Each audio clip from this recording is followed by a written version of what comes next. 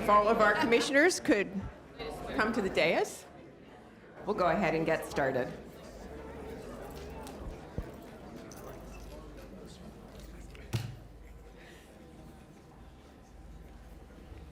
May we have a roll call, please?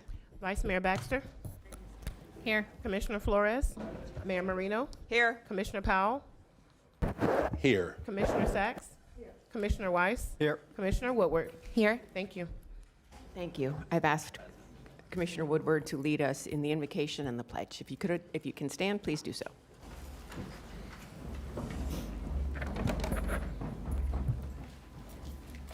Dear God, we are thankful for this day that you have given us, for its blessings, its opportunities, its challenges. We pray for strength and guidance for each day as it comes, for each day's duties, for each day's problems. May we be challenged to give our best always, and may we be assured of your presence with us. Amen.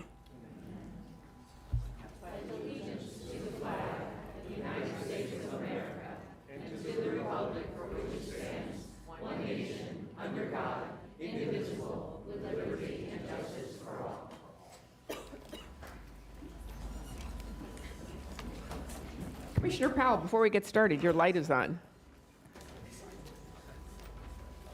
Your light is on. Madam Mayor, it must have been a mistake, but just know that my light is always on. There's so many, I'm not even going to touch it.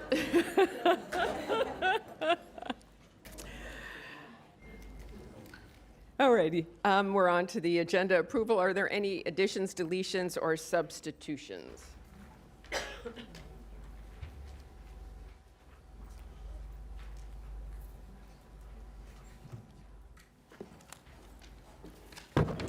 Thank you, Madam Mayor. On page 30, item 4H is an add-on. On page 31, 5B1 is an add-on. Thank you, Mayor. Thank you. May I get a motion to adopt the agenda as amended? I have a motion from Commissioner Flores. It's a tie between Commissioner Woodward and Vice Mayor Baxter. All in favor, all opposed. See, that motion carries 7-0. Okay, we are on to the consent agenda, which is pages 6 through 29. Does anyone want to pull anything from consent? Commissioner Flores? On page 29, item 3EE-1, the annual report on the advisory for commissions on women. And I would, if we could wait until after the proclamations, I would prefer that. The individual that that sits on that board for me is not here yet, and I asked him to be here because of the proclamations, to be here after. Okay, no problem. Thank you. All right, so we have a motion. Do we have a motion for the consent agenda minus that item? So moved. We'll give it to the Vice Mayor first and then Commissioner Sachs second. All in favor, all opposed, see that the consent agenda has been approved minus item 3EE-1. We are now on to special presentations, which is always the fun part of our meeting. And, okay, Commissioner Woodward, why don't you go ahead and take this one?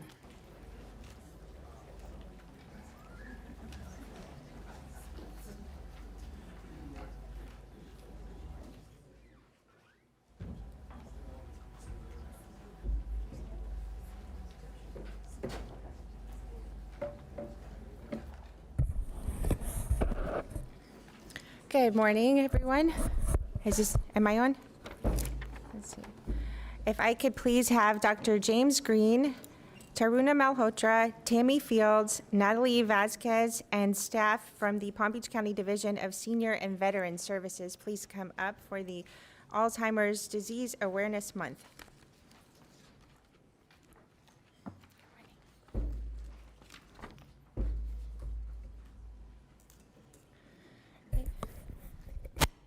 We are declaring November 2025 as Alzheimer's Awareness Month. Whereas in the United States, there are over 7.2 million reported cases of Alzheimer's disease.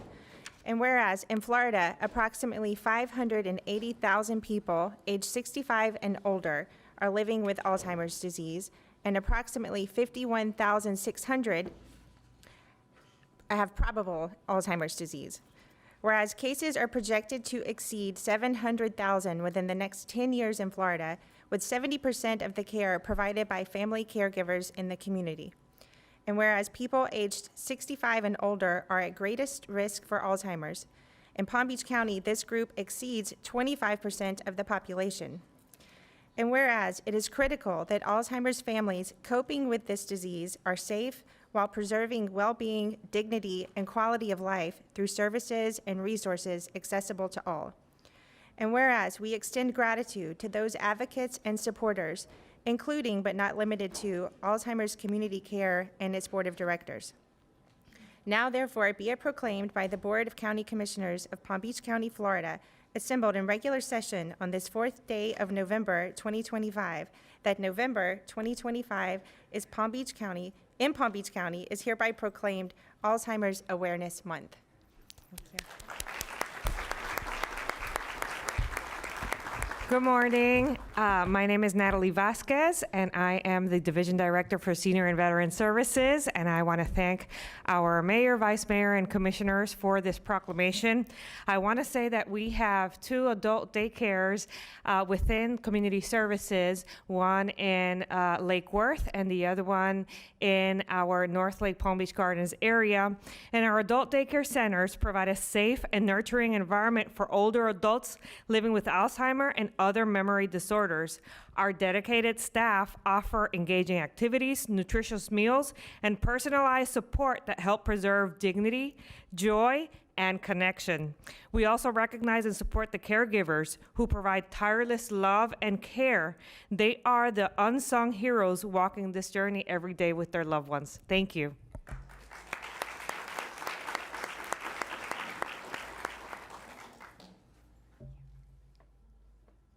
All right, good morning, and while they're taking their photograph, I'd like to ask Melvin Corridor, Joseph Anderson, Jennifer Lang, and is Whitney with you guys today? And anyone else that you've brought along?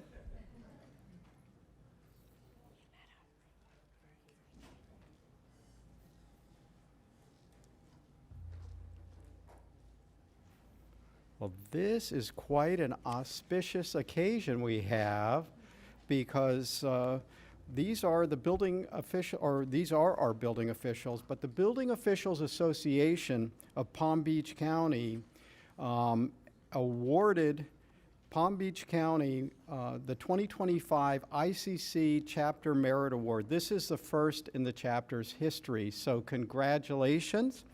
This distinguished award recognizes the Building Association's exceptional performance in advancing building safety and providing outstanding service to our community. The Palm Beach County Planning, Zoning, and Building Department Building Division is proud to be an active member of the Building Officials Association, and we commend the organization and all of its members for this prestigious achievement.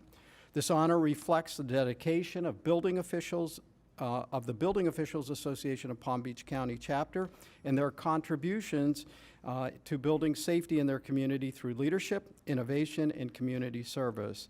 So thank you to the members of the Building Officials Association whose commitment, dedication made this recognition possible. And we are presenting a certificate of commendation on behalf of the Board of County Commissioners to you all. So congratulations. And I think, Mr. Anderson, you have some comments, or? Oh, Mr. Corridor, thank you. Oh, no, that's fine. This is amazing. Thank you. Good morning, Mayor, Vice Mayor, Commissioners, and Administrator Abruzzo. As your building official and on behalf of the Palm Beach County Building Division, I'm honored to accept this commendation for the 2025 International Code Council Chapter Merit Award, one of 3 presented worldwide and a first for our PBC family. This recognition belongs to each building official and staff across Palm Beach County who works every day to uphold building safety, protect our residents, and strengthen our communities. My sincere gratitude to Commissioner Weiss, to the board, to county administration, and to our executive director, Whitney Carroll, for your ongoing support. Your commitment to collaboration and public safety allows us to deliver exceptional service every time. Thank you for celebrating this great achievement with us.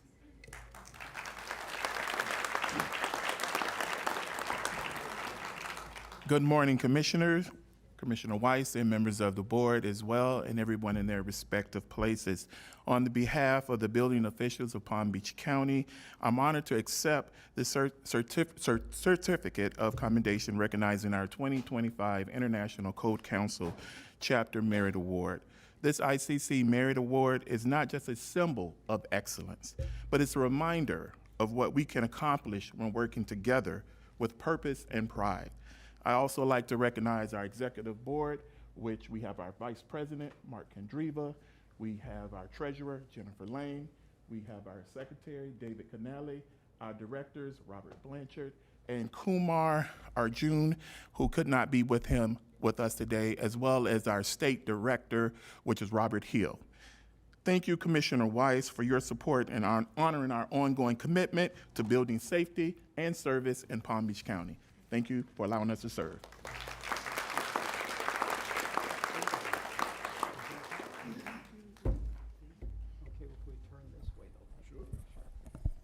Okay, if I could please have Hector Davila and family, Ivan Maldonado, Charlie Bodiger, Alicia Gray, and Hugh Hart Broughton, please come forward.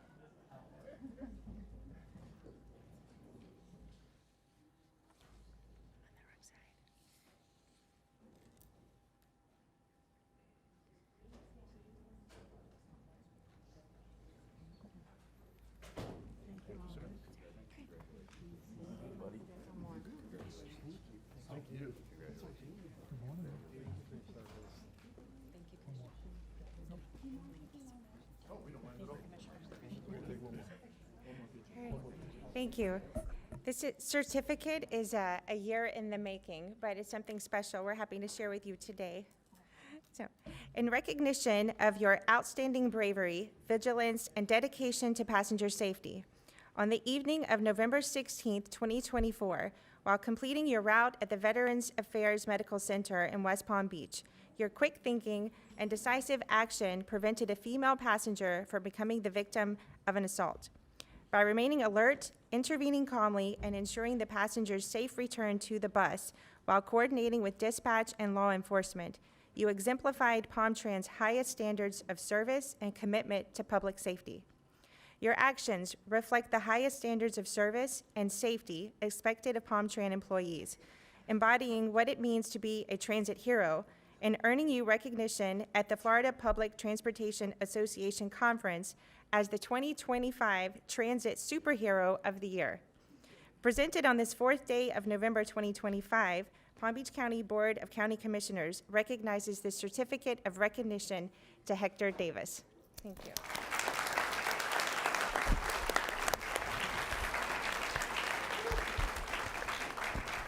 Hey, good morning, everybody. I just want to thank Mayor, the county commissioners, county administrators for this award, and I want to thank PalmTran management and my union to coming down here to support me, and thank you so much. Well, congratulations, Hector, and your beautiful wife here. And I want to just simply make the comment that I will not say it's an everyday event, but we have operators out there such as Hector who give it all out, and they're constantly vigilant for the safety of our customer and our team as well. And they are always doing things like that, sometimes very quietly, sometimes they're not recognized for their efforts and the fact that they really care for the community. And because of that, I'm very thankful for Hector, the union here, our staff, for all the work that our team does every single day. Thank you so much, and God bless you.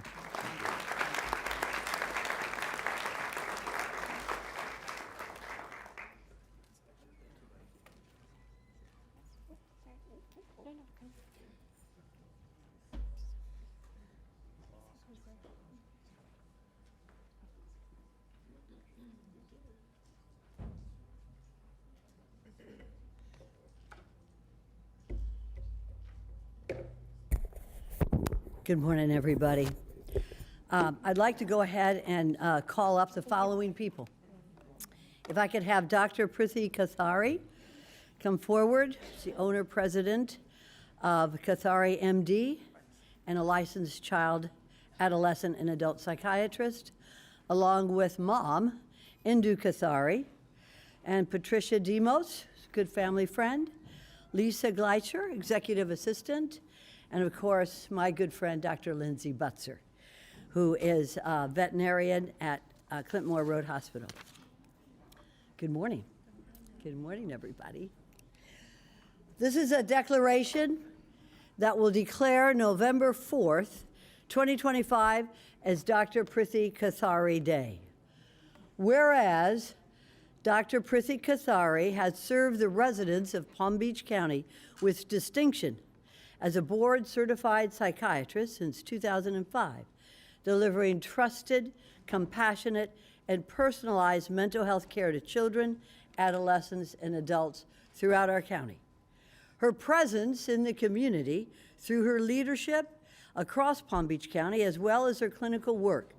She provides grief support, psychiatric services to the Parkland shooting community, always consistently demonstrating her commitment to the well-being of individuals and families. Whereas Dr. Kathari plays an influential role in nonprofit and philanthropic efforts throughout Palm Beach County, supporting community-focused organizations, including the AVDA, the Fuller Center, Best Foot Forward, Alzheimer's Association, and many, many others. Whereas Dr. Kathari has contributed to the academic and educational contribution of the region while serving on the advisory board of the College of Arts and Letters at Florida Atlantic University, where she holds the title of Emeritus and has helped establish an endowed professorship to support the future of academic excellence, and where she will continue to shape the next generation of mental health professionals while expanding her impact through research, teaching, and clinical leadership. Whereas being deeply involved with the Boca Raton Chamber, she serves on the boards of the Indian Physicians of Florida and the Chabad of FAU, Lynn, and PBSC, reflecting her wide engagement in faith, medicine, and education throughout Palm Beach County. Whereas her passion for animal welfare, domestic violence prevention, youth mentorship, her dedication, a lifelong dedication to service that uplifts the underserved and builds stronger and more compassionate communities. Her excellence, this excellence, serves to make her very, very deserving of having this day proclaimed by the Board of County Commissioners, sitting in session on this day, in regular session on the 4th day of November, that this day in Palm Beach County is hereby declared Dr. Prithi M. Kathari Day. Congratulations.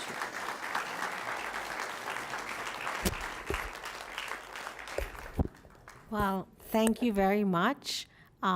Maria is a wonderful, wonderful person, we all know, and so are all of you, the commissioners and the mayors and everybody here who's also receiving a commemoration today. Yes, I span from treating autism at age 3 months to treating dementia at 99. I do it all. I'm a one-woman show. And because of coming from an Indian American family, we are always pushed into these types of fields of excellence like education, but we are also taught to give back to the community, because when you give, you get more. See, this is more. And I wanted to just really say a personal thank you to my mother, because she was my, she was always saying, just repeat the class, just repeat the class. Keep going, keep going. I said, Mom, I can't do med school. She said, yes, you can. So there's my 87-year-old mom.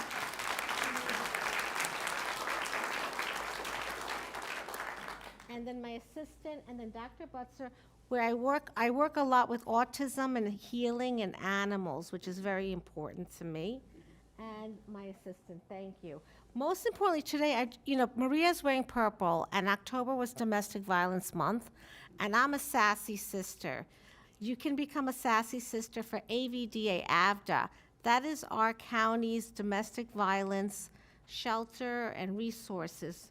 I think it's the big pink elephant in the room. Working in my office, I'm seeing a growing number of alarming cases of domestic violence, gaslighting, challenges with law enforcement, challenges for advocacy, and people who suffer with severe mental health issues for many years afterwards.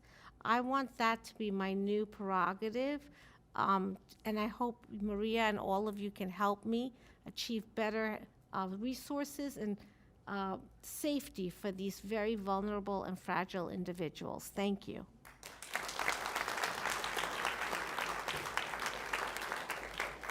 There's always a mom behind a great woman, huh? Always the mom.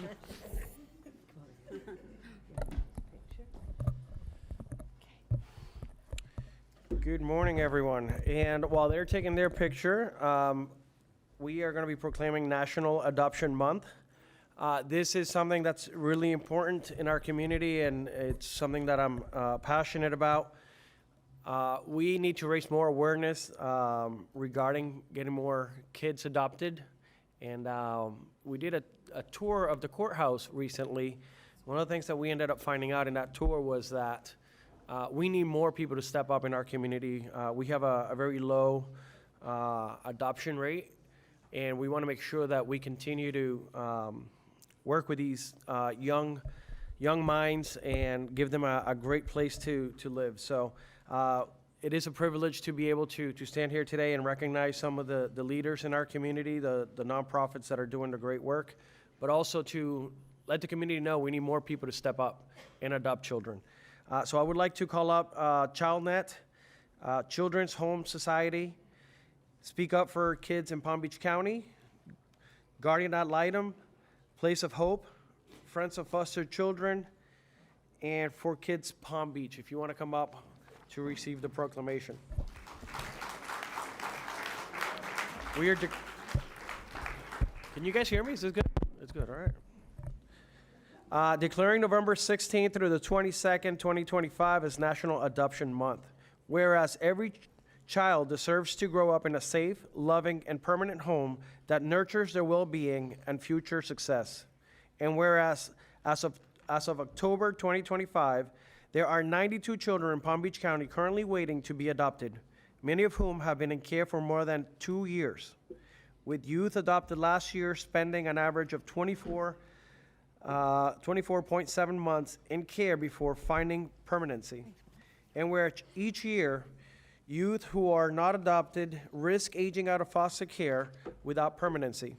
55 youth in Palm Beach County aged out of care in fiscal year 2024 through 2025, facing adulthood without a security of permanent home.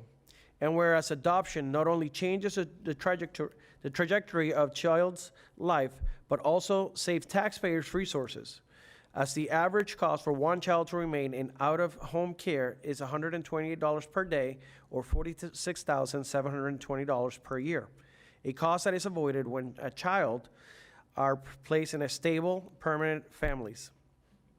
Whereas organizations such as ChildNet, Children's Home Society, Speak Up for Kids in Palm Beach County, the Guardian Ad Litem program, Place of Hope, Friends of Foster Children, and For Kids Palm Beach work tirelessly to advocate for children, support families, and ensure that every child has a chance to thrive.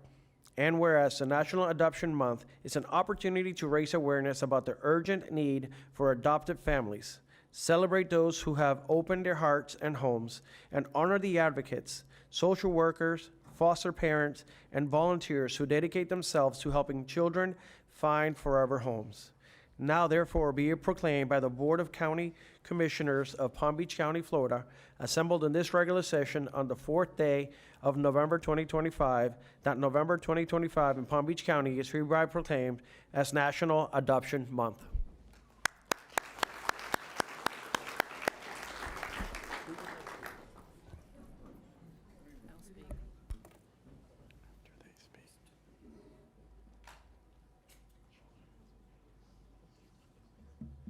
Good morning, and thank you, Commissioner Flores, for honoring National Adoption Month for us in Palm Beach County. This month does remind us that every child deserves a safe, loving, and permanent home. It is quiet, isn't it? Yeah, you can't hardly hear it. Children's Home Society, along with the agencies represented with me, work very hard every day, year in and year out, to help our children achieve permanency through adoption. One of the things that's happening in the county at this moment is that more kids are being reunified with their biological families or are entering into permanent guardianship relationships with their caregiver, thus reducing the number of adoptions, which is good because kids are able to remain in their families of origin with services and safety programs in place for them. But in the situations where kids can't remain in their families of origin and parental rights are terminated, all of our organizations are working to find permanency for kids as quickly as we possibly can. And yes, sometimes they are in care 2 years or longer and have multiple placements. An average age range of a child in care without an identified adoptive home is a teenager, 13 to 17, and 16 to 17 is our higher number age range. And so, as you said, we are in desperate need for families who want to adopt kids who are teenagers, who have had multiple traumas in their life, have had multiple placements in their life, which equals new traumas for them each and every time that they're moved. And so whatever can come of this proclamation for all of us for the month of November, may it carry on for every day and every month following, so that we have families step forward and say, I see myself parenting a child who has been abused, abandoned, neglected, who is in care for any amount of time longer than a day, truly, and who is a teenager or sibling group or medical or mental health issues. We are waiting for you. Your first step is to contact us to say, I am interested, and come forward to be an adoptive family. Thank you. Thank you. Well, good morning, Mayor. How are you? Commissioners, thank you so much. On behalf of Place of Hope, we are an organization who has been celebrating safety and stability and healing of children and families in Palm Beach County and the Treasure Coast for over 25 years. Our CEO just celebrated his 26th year this past Saturday. But what I would like to say is it does take all of us. It takes a community. There are so many people up here representing these children and are representing the voices of these children, and these children are our future. So each and every one of you, even if you cannot be an adoptive family or a foster family, there's ways to support every organization up here and using your voice to support them, because together we are creating a brighter future. So thank you so much for this. Thank you. I just want to take a moment. I want to thank Commissioner Flores, but I want to acknowledge all these groups that are here today. I grew up in a family. There were 5 kids, four of which were adopted, including myself. Adoption makes a difference in a child's life, and I know there are families, there are parents out there that have a little more room in their heart and a little more room in their homes, and just ask you to consider making a difference, a real difference in a child's life. So I want to thank you all.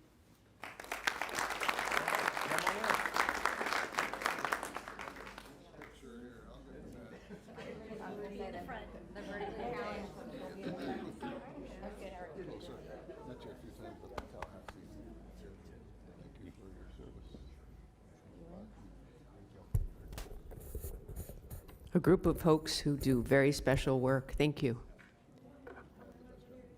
And going on to special work, we are going to declare November 2025 as Veterans Appreciation Month. So may I please have Dr. James Green, Taruna, Tammy Fields, Natalie, Ron Holtgren, Ryan Gamby, Brian Ochoa, Thomas Schubert, Jason St. John, and staff from the Palm Beach County Division of Senior and Veteran Services. Have anything? Mayor, if I may take the privilege, if it's okay with you, if we could invite the two veterans from our county commission and our county administrator to join you at that. Absolutely. Thank you. Commissioner Flores? And Administrator Joseph Abruzzo? This is Veterans Appreciation.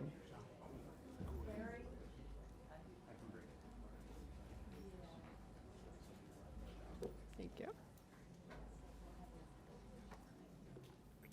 This is a proclamation declaring November 2025 as Veteran Appreciation Month, whereas residents of Palm Beach County have great respect, admiration, and the utmost gratitude for all the men and women who have selflessly served our country and this community in the armed forces, and whereas approximately 200,000 service members transition to civilian communities annually, and an estimated 20% increase of service members will transition from military life to civilian life in the near future. Whereas the men and women who have served in our armed forces have contributed immeasurably to the preservation of America's freedom and to the advancement of the goal of world peace. And whereas there are approximately 72,000 veterans in Palm Beach County, and we appreciate the many sacrifices that have been made and believe special recognition should be granted. And whereas Palm Beach County declares November 2025 as a time to salute and honor the service and sacrifice of our men and women who made immeasurable sacrifices, now therefore be it proclaimed by the Board of County Commissioners of Palm Beach County, Florida, assembled in regular session on this 4th day of November 2025, that November 2025 in Palm Beach County is hereby proclaimed as Veterans Appreciation Month.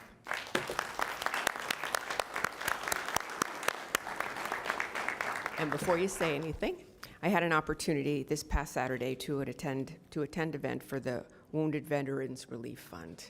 And joining us on Saturday night was a gentleman who was 102 years old, so a veteran of World War II. So on behalf of us and a grateful nation, thank you. Good morning, Madam Mayor, Vice Mayor, County Commissioners, Administrator. As the Veteran Services Manager for Palm Beach County, it is my honor to stand before you today as we recognize Veterans Appreciation Month, a time when our community comes together to honor men and women who have worn the uniform of our nation. Our mission in Veteran Service is simple but powerful: to serve those who served us, whether it is helping veterans access earned benefits, supporting their families, or connecting them to resources. I want to thank this board for its continued effort, continued partnership. Your commitment allows us to expand outreach, enhance programs, and uphold the promise our nation made to its veterans. On behalf of Palm Beach County Division of Senior and Veteran Services, thank you for your leadership and unwavering dedication to those who serve. Thank you. Yeah, I would like to mention, thanks, James. Excuse me. We have an event down in Boca. Jason, what time is that event down at Boca? It starts at 10 o'clock. 10 on the 10th, right? Correct, on Thursday. Thursday at 10 a.m. Veterans Memorial Park down in Boca. Also the Veterans Parade downtown on the 9th at 1 p.m.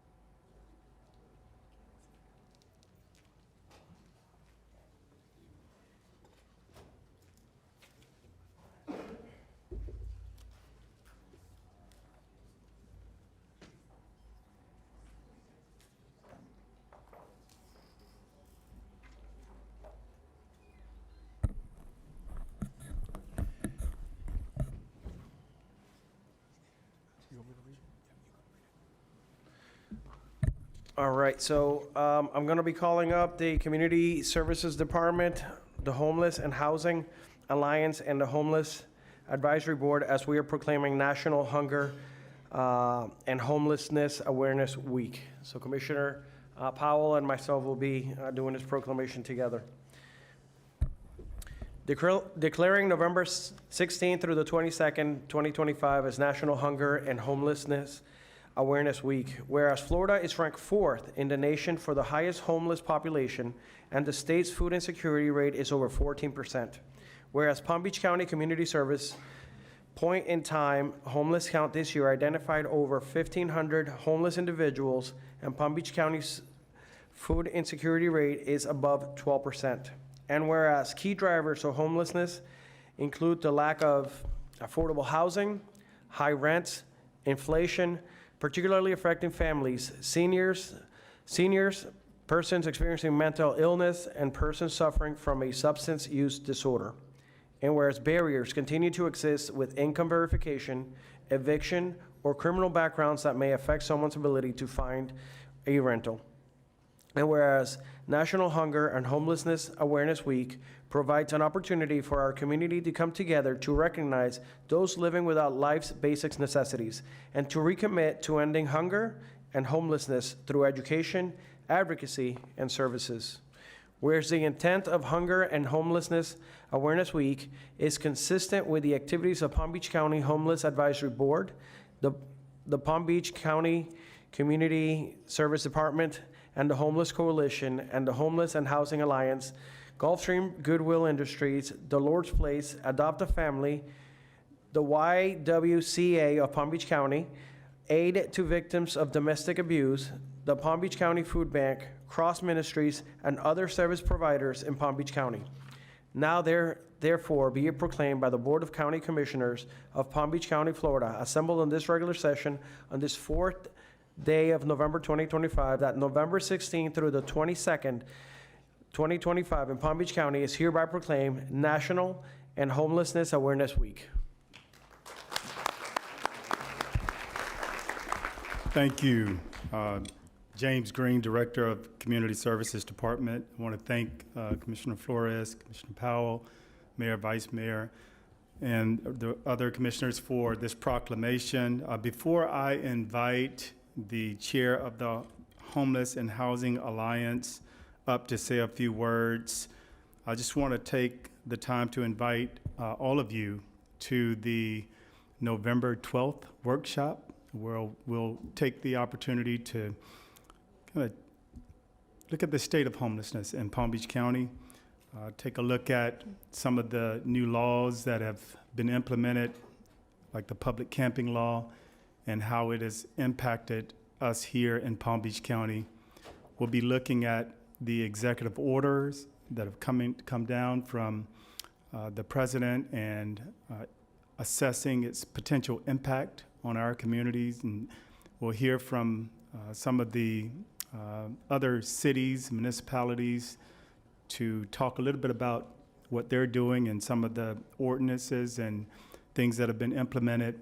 And we will discuss potential solutions together because next spring or so, the Homeless and Housing Alliance and others will come together to look to renew our homeless plan. A lot has changed in the past couple of years, and we want to make sure that we're doing the best job as possible and that we're prepared and we're agile as a community. So I want to invite Christina, the chair of the Homeless and Housing Alliance, up to say a few words, and thank all of our partners for being here. Thank you. Good morning. Thank you, commissioners, mayor, and vice mayor, for this proclamation and for recognizing Hunger and Homelessness, thank you, Awareness Month. This acknowledgement highlights the journeys and struggles that many individuals and families in our communities face every day. On behalf of all the service providers and the stakeholders that make up our Homeless and Housing Alliance, we are grateful for your partnership and for your commitment to supporting solutions to ensure that everyone has access to safe housing and nutritious food. Together, we can continue building a community where our neighbors have the stability and the opportunity that they deserve. Thank you.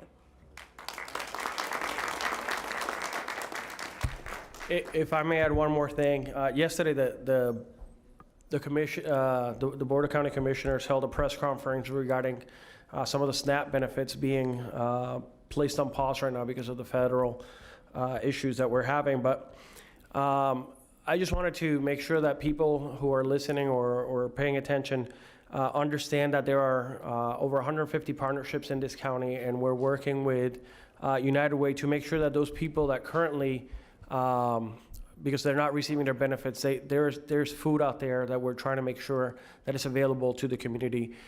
James, would you mind sharing once again the link and the pathway so to make sure that people who are listening know where these resources are held? Yeah, so you can either Google Palm Beach County Food Finder Map or go to unitedwaypbc.com/hunger and access the GIS interactive app that really provides resources for individuals who are hungry real time. And we also have Jamie, who's here with the Palm Beach County Food Bank, who can add a few words. Thank you. Thank you. Yes, we are here to help during this hard time that a lot of our families and seniors are having, and our veterans that are having with the SNAP benefits being delayed and or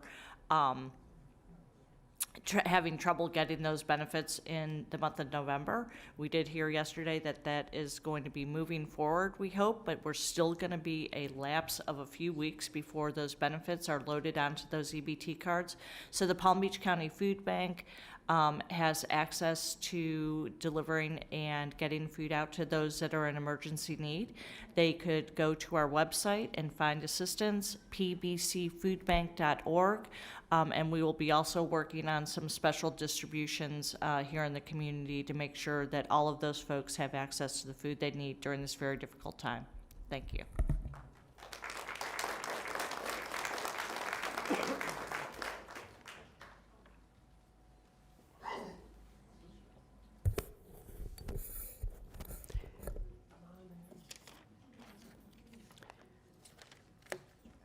So if you've been here the last couple of months, you've known that we are doing a Doggy Day Out Ambassador Edition, and kind of laying on the floor looking for hugs and pats and kisses is Edison. And Edison also happens to be a calendar model. For those of you that don't know, the fire department, partnering with Animal Care and Control, are putting out a calendar, and they've included a lot of our shelter animals in that calendar. Edison is one of them, and he wants a forever home. And so I'm just going to introduce you to Edison before we bring up our ACC volunteers. So Edison is an 8-year-old neutered male and one of the sweetest puppies you'll ever meet. You can tell how cute he is over here. He's friendly, calm, and loves making new dog friends, truly the definition of a good boy. Edison's journey has not been an easy one. He first came to Palm Beach County Animal Care and Control as part of a seizure case when his original owner was arrested. After being adopted, he found himself back in the shelter again when his second owner was arrested for hoarding animals. Despite all of that, Edison's gentle spirit has never dimmed. His resilience, loving heart, and ambassador-worthy personalities has made him a star, literally. He was selected one of the calendar dogs for the 2026 firefighter calendar, and if I had them, I would have them here, but they're still being printed because we had to choose who the winners were. And all the proceeds will support Animal Care and Control. So now, as an ambassador dog, Edison represents hope, second chances, and the power of love. Everyone meets him, falls in love with him, and you can see why. So let's help him find his forever home. And this proclamation is especially special. Is that the right term, especially special? Are we allowed to say that? So I would like to bring up all of the members of Animal Care and Control and all of the volunteers that are here today. I've got a list, I'm sure it's incomplete, but Maureen Lloyd, Jolene Shapiro, Larry Shapiro, TK Kirkley, Amy Seeley, Luna, I'm gonna, Lampert? Perfect. Fabienne Dupre, Solange Solis, Patty Vitucci, Michael Parker, Horatio Ochoa, Celine Thibault, Marilee D'Olivier, Nancy Ormond, Connie Gibson, I'm sorry, I'm pronouncing these names poorly, Aaron Waddle, Brittany Fleming, Cantinia Black. And our animal care and control staff that are here today, and all of our support staff with the county.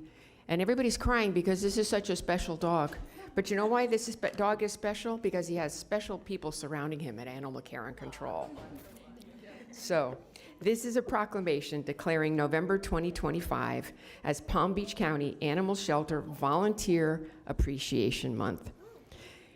And Animal Care Control cannot do this without you. So I just want to, from the bottom of my heart, say thank you.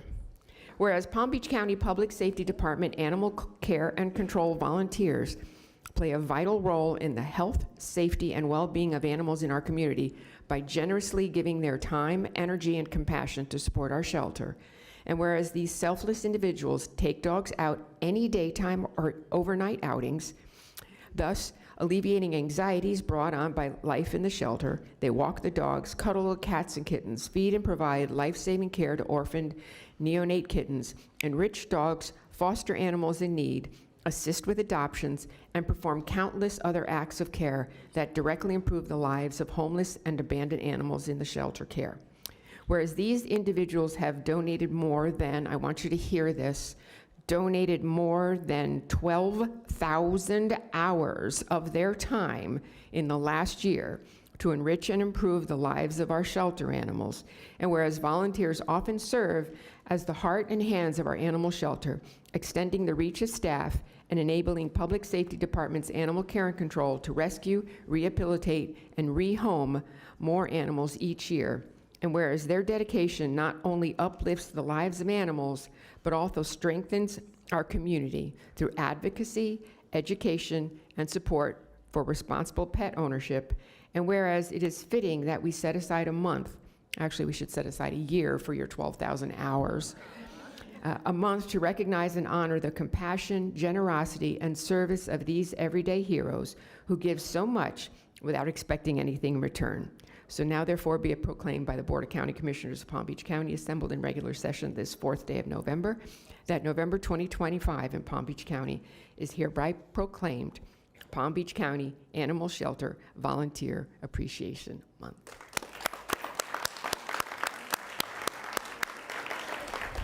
And if someone wants to say a few words, we're happy to. Hello there, Miss Steele. Thank you, Mayor, Vice Mayor, Commissioners, Administrator Abruzzo. This is not just about the few volunteers you see here. This is our entire community. We are a humane county because of so many hundreds, if not thousands of people who volunteer to help and save animal lives. So the folks you see here, these are the ones that are in our shelter when it's really hot. They're out there running play groups, they're walking dogs, they're making blankets for the cats, they are bottle feeding kittens. We also have our staff who are out there with the community, helping with our community cats. So they're out there assisting those community cat trappers by providing the free spay and neuter services, by helping them coordinate targeted TNVR. We have folks that are out there that we never see, but they are a part of our volunteer group. They're the ones that are out there actually using social media to help tell people these amazing animals we've got. So what you see here, these amazing people, this is a small fraction of the amazing people in Palm Beach County who are doing such a great job helping to save more and more animals in our county.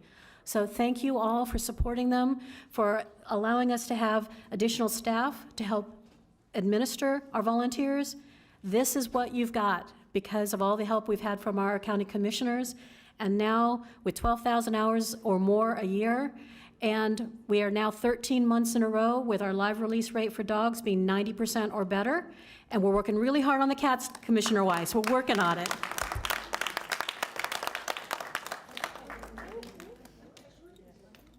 Edison, you want in the pick? He does. Oh, definitely. Let one of you guys hold because you do the work.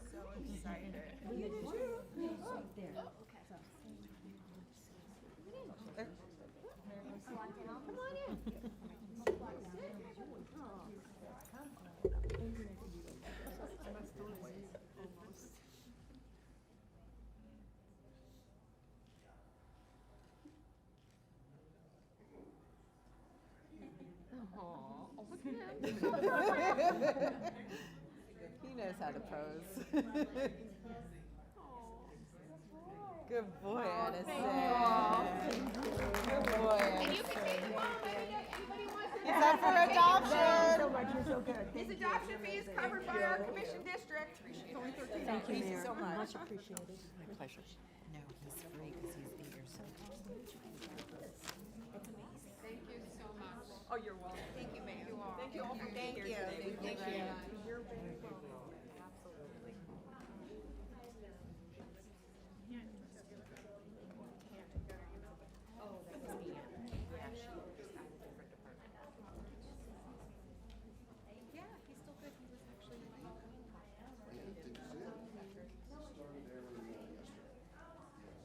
Now that we've finished with our proclamations, we're going to return to the regular agenda, but we are going to take up item 3EE1 before we do that. This was an item that was pulled from the consent agenda.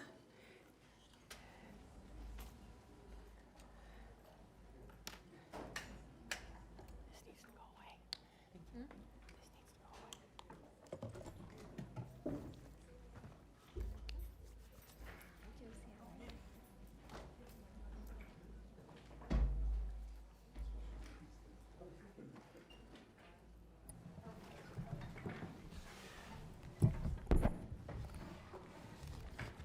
Commissioner Flores?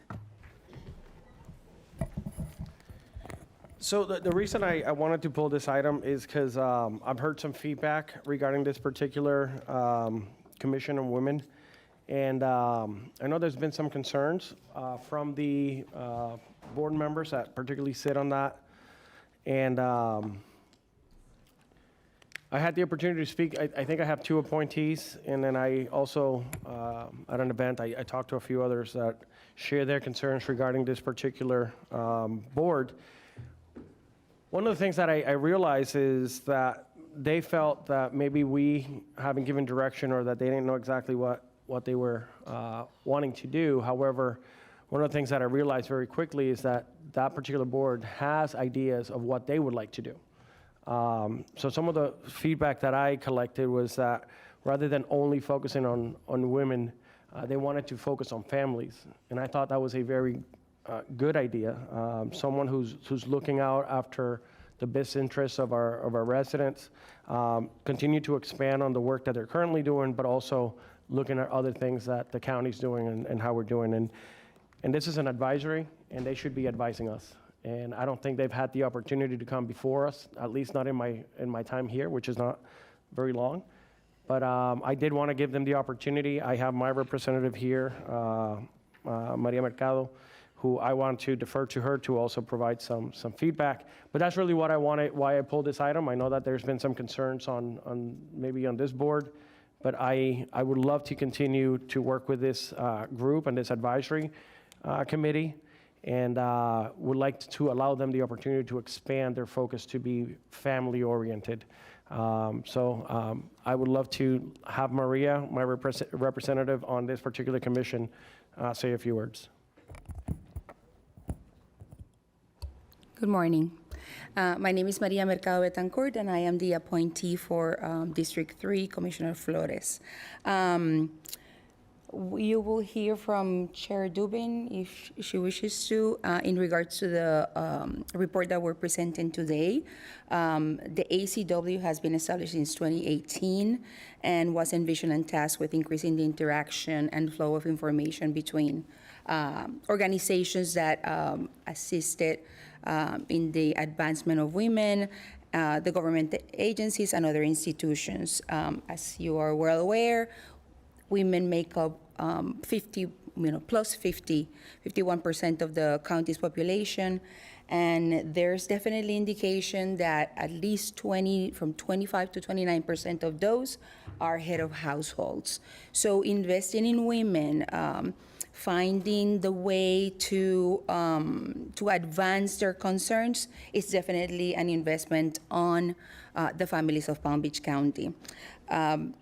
We also understand, and we had the discussion, that the mission of the Advisory Commission on Women also ties to the strategic priorities of the county. So since late 2024, To date, we have 5 new members, and we definitely would like to encourage the county commissioners that do not have appointees in this board to go ahead and explore, making those appointments so we are a fully staffed board that can fulfill its mission. And with that, I think I echo the sentiment of some of the appointees that we are welcome to work with the commission, help fulfill the vision that they have for women and families in Palm Beach County, and we would like your support in continuing the work that we are trying to do. Thank you. Commissioner Powell. Thank you, Madam Mayor. And thank you all for presenting today. Ms. Pam, quick question. I know we had a discussion previously, and I got a chance to talk to a couple of my appointees, one who was cycling off and one who recently was appointed to the board. In order to be more impactful, and this can be anybody, what can we as a Board of County Commissioners do to help? There are several ideas thrown out, inclusive of even dedicating a liaison from staff to work with the board, to bring the ideas to fruition, to figure out implementation and an evaluation mechanism. But from those of you who are sitting here today, after doing research and taking action and being able to communicate, what would you think would be most helpful or impactful to be able to be a board with substance? So I just wanted to introduce everyone that's at the table. We have Deputy County Administrator Tracy Ellison. I'm Pamela Guerrier, Director with the Office of Equal Opportunity, the Liaison Department for the Advisory Commission on Women. We have the Chair, Pamela Dubin. We also have the Vice Chair, Josie Makovec. You heard from Maria Mercado Betancourt. And down on the end is from the County Attorney's Office, Jean Williams. So what we have today actually is a motion to receive and file the annual report for the 2024 year. We have Chair Dubin, who was going to make a presentation regarding the annual report, and to the extent that you wanted to get information regarding what would be helpful from the ACW, I would defer to the chair to answer that question. Pamela Dubin. Thank you. Thank you so much. I'm going to do something wrong here. Pressing on this? I do so much wrong. But I want to start by saying thank you, Mayor, everyone here in the commission. This is a rare moment that I wrote something down that I'm going to say, because I really feel so deeply about all of the women sitting here and all of your time. Mayor and county commissioners, thank you for the opportunity to serve and for the discipline and consistency you bring to Palm Beach County. Working alongside your staff and the women from every part of this county has been an honor. It reminds us that civic work done well is steady, measured, and deeply human. This year, our commission focused on adding value by aligning with the county's priorities: economic development, housing, public safety, and examine the data through the lens of women's daily lives.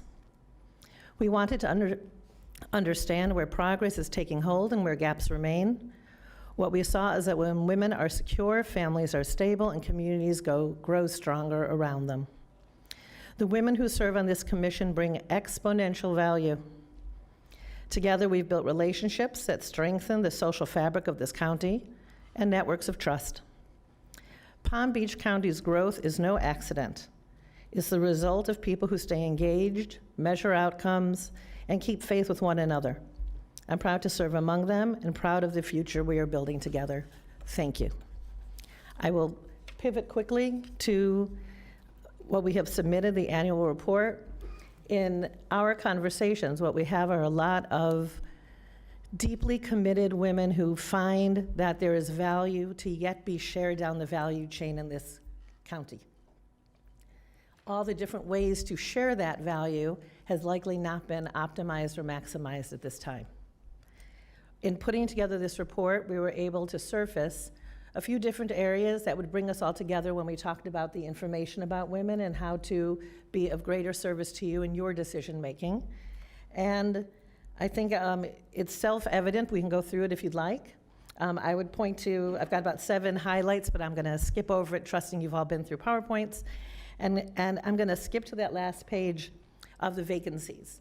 And so I think what we're here to understand is what you need, right, from us, that we can make sure that we are serving you to our greatest capacity, so that our time, and again, I say this with the humility of knowing today is an election day, of absolute pride in where we live, and we're in one of the best counties in the world right now. So we really want to talk about bringing more power to all of the work you do, and again, it's an honor. Thank you.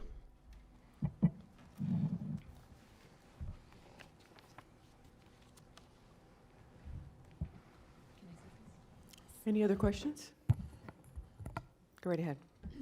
Good morning. Thank you so much for having us today.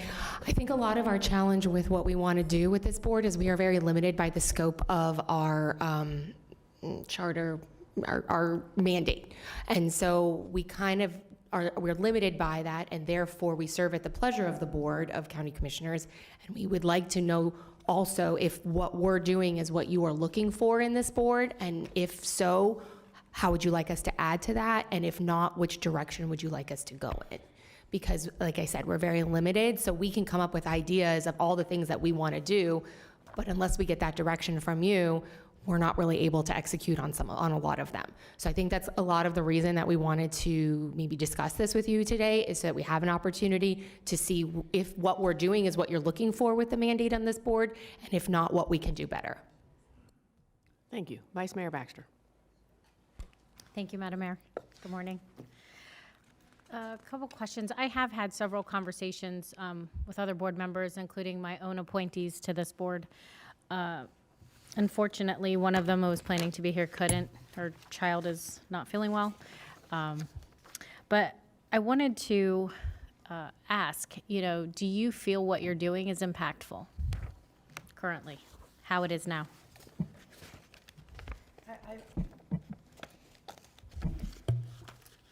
I feel it's impactful when I'm out in the community.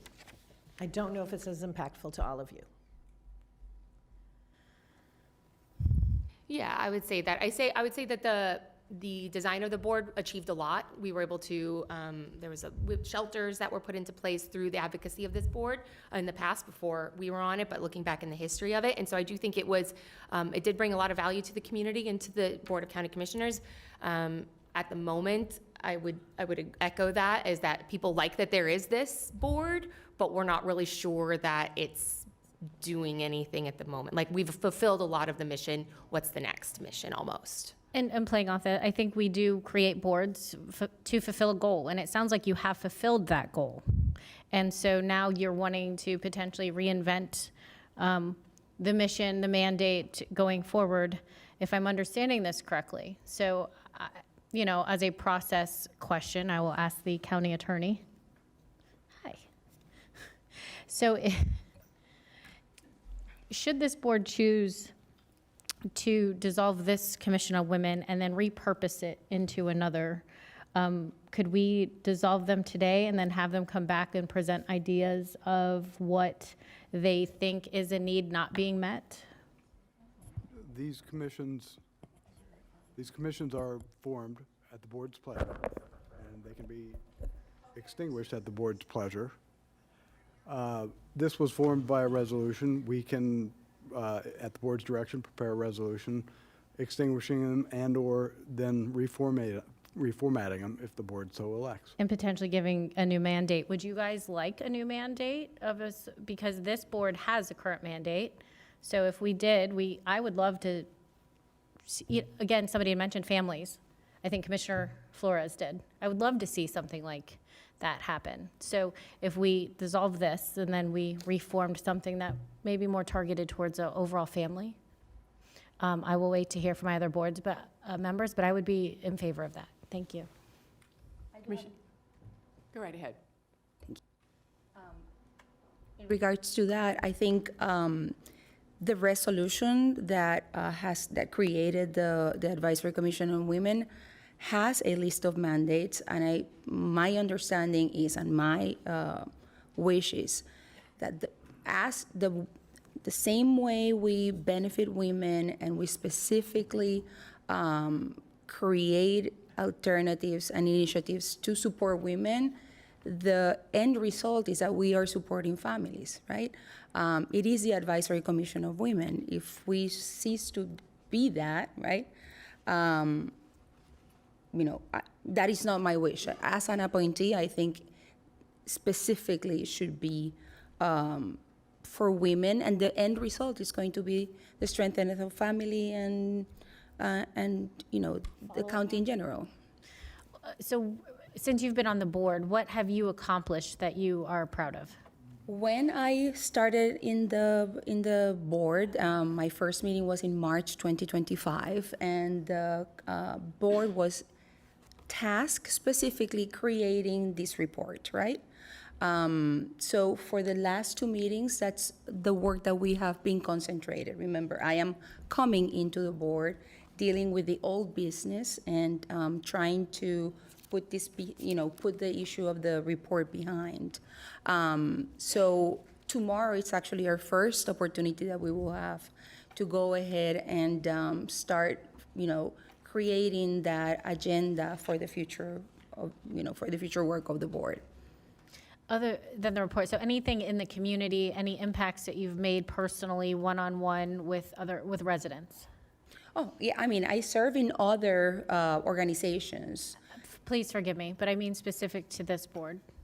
No, just because of the limited time that we've had, we're recent appointees. So we kind of fall into, once we get in there, it's just the work that has been laid out for the next 2 meetings that we were there. Thank you so much. Commissioner Woodward. Thank you, Mayor. And thank you for this discussion and for all of you for serving on this board and any boards that, these are all volunteer positions, so you are giving of your time. I wanted to ask, because I did have a few conversations with a few board members, including my own, on potential future mandates. And I think that I kind of hear what we're asking from you is maybe you to come back to us. And we have our on your PowerPoint, there's the strategic priorities that you've got listed. There's 4 that kind of would tie to this. And I even had some conversations that, we get invited to a lot of events as commissioners, and I've been to some where it's like mentorships between women and at-risk girls in our middle and high schools. And, we know about a lot of these things, and it's just because I get invited to stuff, I learn more about these. But I think for myself, something that would be helpful is for us to know, like, how are we doing in Palm Beach County with our nonprofits? I think there's over 8,000 of them, and, we can't obviously get to know all of them, but are we as a community meeting the gaps that could exist? Are there potential gaps that are out there? And, there's certain programs that do really well. I do somewhat, I agree. This is an advisory committee for women, and I don't want to see that necessarily expanded beyond. We have a lot of we have Children's Services Council, there's a lot, and we're gonna be having a joint meeting next month with healthcare district, the school district, and kind of focusing on all that. I don't know that there's a lot, something that's this specific for women. And we can be our best friends or our worst enemies, and that's just the way it is. So in this regard, I would like to see at least you guys go back, have another meeting, and be able to bring us something with what you think you could accomplish, what you would like to accomplish, and then you can tell us what you would need from us, and then this board is able to make a decision at that point on, yes, we like what you've brought forward, we see the value, and asking you for your time and maybe some potential resources, or if you think, you've served your purpose and women are great in Palm Beach County and we're good to go. That's what I would like to ask of you and your fellow board members to come back to you. And I know even, I'm trying to get a butterfly house in South County, which is a crisis center. There's children in here, but it's we know what that's for. And we know that there's still need for that. We had domestic violence people here this morning talking about it. We're doing great as a county, but these things exist everywhere. And sometimes the better we're doing as a county, the more that stuff is hidden. So we need to know, and the people who are victims of any of this, they need us there for them as well. So that would be my ask, and I would like if the board would agree to kind of give you guys at least another meeting, and then you could come back to us with suggestions, recommendations, and then that way we're actually voting on this from a place of better information than what you've done in the past. What could you see in the future? That would be my ask. Thank you. Thank you. Commissioner Flores. Yeah, thank you for all the feedback from this board. My personal sentiment on this is I don't want this particular board disbanded. I find a lot of value in the work that you guys are doing, and being able to receive that feedback helps me do my job better. So I have two young ladies at home. I got a 22-year-old and a 17-year-old, and they share things with me of things that they experience of being a young adult, whether it's in high school or whether it's applying for jobs and the things that they see. So I know we would like to think that it's a level playing field, but sometimes it's not.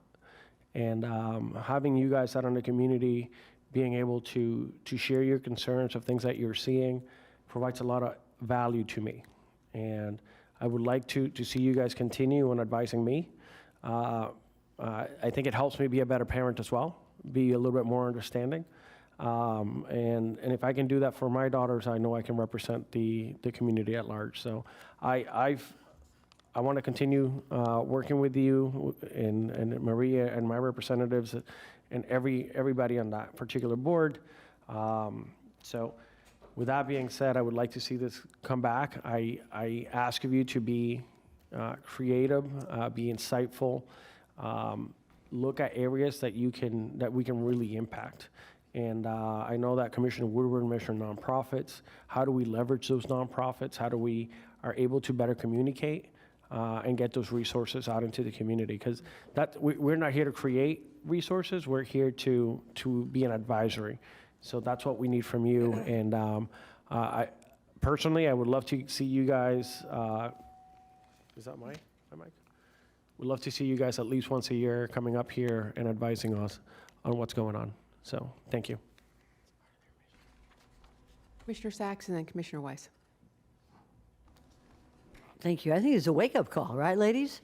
My God, we need you, because women are the ones in our community that feed the families, take care of the elderly, right? Take care of the children, and you are the link. Now listen up now. You're the link between the county resources and women in our community. So yesterday, with the program to feed our families from our food banks, I know that you reached out to women in our community and told them about it. Told them about our 120 partners in the county. I know that you have reached out to women who are having educational issues for their kids, where my child is developmentally delayed, where he or she's going to go to school, where can I get a job for them. That's your mission. That's your mission. It's not easy, but then we're women. We pick up the pieces and move on. So you are that link. That's your mission. Your mission is to be that link to all the women here in Palm Beach County. I started a women's group, and it was only 4 women, about women, and we did a lot of good work. We did a lot of good work. Why didn't we allow men? I'll tell you another day. The bottom line is this: we need you. We need you to be aggressive. We need you to be act as caretakers, caregivers, as women, moms to our community. So y'all come back, as they say in the South, and tell us what you've done.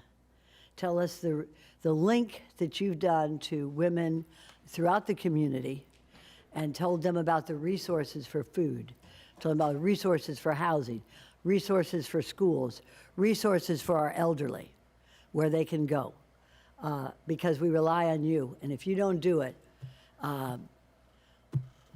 we got to do it. We just do it. Okay. So I would request Mayor state, check in with the mayor and whoever does our scheduling. Come on back and tell us what you've done, and we will support you. You support us. This is what women do, give and take. Thank you for your service. Thank you. Commissioner Weiss. Thank you.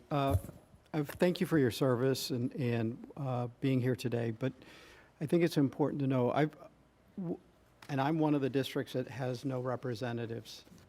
And I've tried multiple times, appointed multiple people to this board, and they come back with the same thing, which is they don't feel like they're doing anything, that they're accomplishing anything, and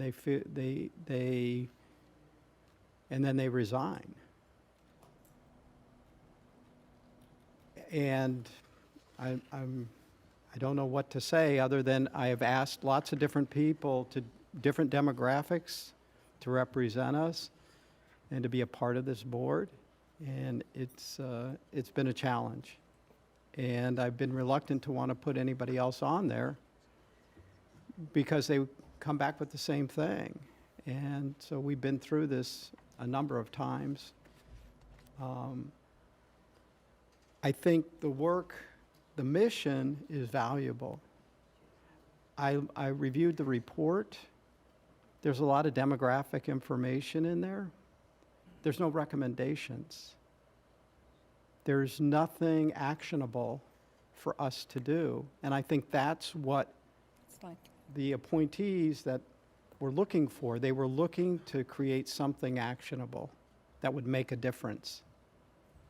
And I'm not, and I don't blame you. This is just, the facts that are in front of me.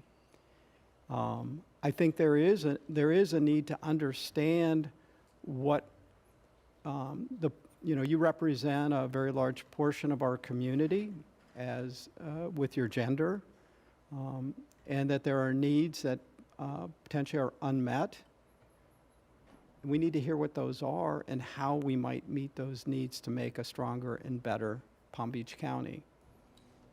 I've listened to my colleagues. I think the idea, and by the way, I believe by having a commission on women, you have a commission on families, because right, wrong, or indifferently in our society, that caretaking and families falls more on the shoulders of women than men in our society. So, and understand that.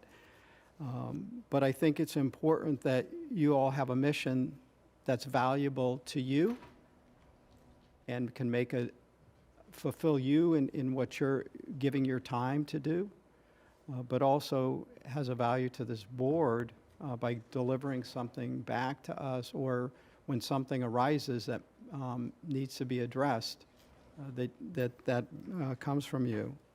The other, in reading the mission, it says, it's envisioned that this forum will help increase the interaction between organizations, governmental agencies, and institutions whose mission is to improve the lives of women. So that also charges your body with interacting with all the other organizations that are also trying to fulfill a similar mission. So it's pretty broad. And I think, I would like to see, I'm willing to support what appears to be the majority of the board to allow this to continue on, to give you an opportunity to bring something back that you think will make this board valuable and meaningful. So that's where I stand today, and I look forward to what you can bring back. But I will tell you, I think I'm going to wait until I see what that is, until I ask other people to come down this path, because you are all already into where you think you need to go. And I think introducing new people in there right in the middle of this probably could be more of a distraction because they don't know where you came from. I'm going to go ahead since everyone's already spoken, except Commissioner Powell. But I am also one of those folks that doesn't have any appointees on this, and I have not for quite a while, because every appointee that I put on this board said, this is a waste of my time. And when this came up several years ago for us to sunset, I was outnumbered back then. Doing a demographic report is, anyone can do that. That's a waste of your collective hours. We need something actionable, and that's not what has occurred. And it's no fault of anybody's. You can point fingers and say, well, you didn't give us direction, or you didn't give us something actionable. So Commissioner Weiss was very eloquent in his words, and I agree with everything that he said. I'm willing to keep this board in place for a little while longer, but something actionable has to come out of it. Something that's a program that can help women and children, not just a demographic report, because anybody can do that. Anybody can generate that. And that truly, that's a waste of all your collective hours. We don't want you to waste time. And that was one of the things that the members, and there were quite a few that came and went, that said, Maria, we're not doing anything. Just asking us to do a report is not really doing anything. So you all, why don't you take this mission and take the mission and take the 4 pillars that you have here and give us some suggestions as how you can do something actionable in our community that helps women and children, that brings together nonprofits. Don't reinvent the wheel. What is missing? Figure out, if you can figure out what is missing, then you have a purpose. But as it stands right now, I don't see what the purpose is. So with that, I'll pass it on. We'll go for round 2. Commissioner Woodward. Thank you, Mayor, and thank you, Commissioner Weiss, for what you said, and with members feeling like their time wasn't being spent in the most valuable way. And I have 2 appointees here that are sitting up here, and I've had this very discussion with them. And when I talked to them about it, the question was, what would you like to do? And they've been very kind of hamstrung by what I guess the previous mandates or missions were, in order, at least it felt that way to them. So I think the benefit of this discussion we're having right here is we're actually handing I think it's 8 of you on the board right now, the opportunity to kind of say, without all those limitations, what would we like to do? If we're going to give our private personal time over to something like this is what we would like to do, or we've fulfilled our mission, as was said earlier. And that's the question that, to ask for you. And I think the chair did want to respond to some of that, because there's been a lot of turnover on this board, and it's understandable. Time's valuable. And if you'd like to address that, but I do think this is a valid discussion, a good one for all of you to have, so that when you go back, the 8 of you, and have your meeting, you're going to decide the future of this. So did you want to respond? Yes, yes, and thank you for all your input. I would be very honest to tell you, this conversation has probably done more than anything else that we have gathered to do, for the main reason that very often when groups come together, especially when women come together, they seek to build consensus. And I would tell you that the reason for the data report is we did not have the data, could not find the data, and realize the struggle of putting together the data that should take 1 minute in my ChatGPT life. But when you work with Sunshine Laws, and you work with extraordinary people sitting at this table, and all of you and all of your time, you come to realize nothing is as easy when it goes through government and policy. So that was a tremendous lesson for a lot of the people, to realize our best couldn't be applied. And what you all kind of gave us a perspective here is to say, at the core, building consensus isn't what you are asking for. That, as I said earlier in my comment, the more we're all out in the community and come back to you next year and say, you know what? Because I think the actionable data is here. So I think when we look at the amount of women and where they work, how many of them work civically, I think that's really important to acknowledge. When we look at what women are studying in universities and realize what their pay will be, it really impacts home equity and property and affordable housing. So I think it's which lens you look at women through. I tend to look at women through the lens of leadership, through leadership potential, through development of women, through mentorship. So I think there's a lot out there for this group to do. The aha moment for me sitting here with all of you for the first time is to really recognize you don't want us to come to you with a consensus that we built. You want to hear what we are doing in the community. I mentioned Commissioner Woodward mentioned the other night, and I am exuberant over some of the things you guys are doing. And I look forward to being able to share that value chain, down the value chain. I think what often happens on these commissions is you have people with very, very good hearts who want to solve problems, and yet there's no money and no budget, and it takes time. So that's why I say putting this together may not have added the value you all would have liked and would have appreciated, but for this commission to know where women are in this county, it has served as an invaluable tool as we work together with government to see that we're using a lot of data from before COVID. Is it relevant? Not to me, because I can go to ChatGPT and get today's information. So I think that we, on behalf of all of us, look forward to accepting the challenge of saving your time, appreciating your time here today, of saying we have a meeting tomorrow afternoon. We will be able to share with 3 or 4 sentences this conversation that we've had, and we look forward to getting back to you with some actionable items. Thank you for your time again. We have a couple more lights on. Commissioner Flores, I'm sorry, Vice Mayor Baxter, then Commissioner Flores, then Commissioner Powell. I want to hear Commissioner Flores. And Commissioner Flores, you're up. So to our board members, I want to say thank you for your time and your leadership. I know that you're giving up your free time to do this, and that doesn't go unnoticed. So thank you for doing that, stepping up and doing the work.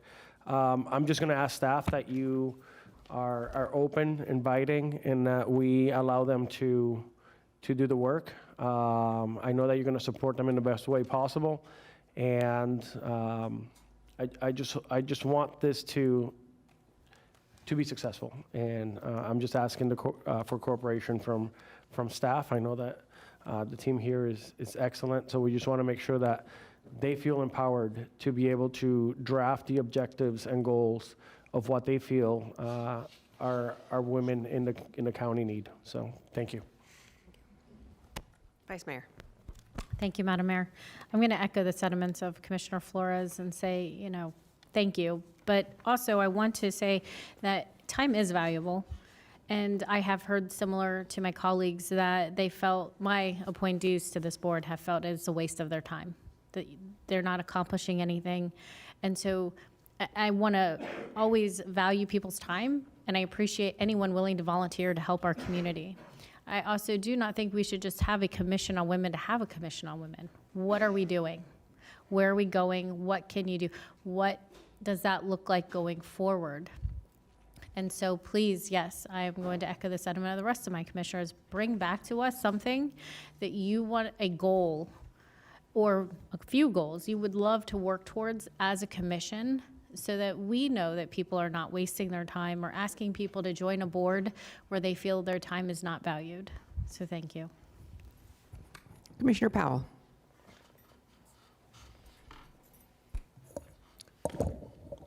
Thank you, Madam Chair. As I gather my thoughts, one of the things I would like to point out is, when we think about, and I couch this when I say women are looked at as a minority, but if you look at most population charts, women outnumber men.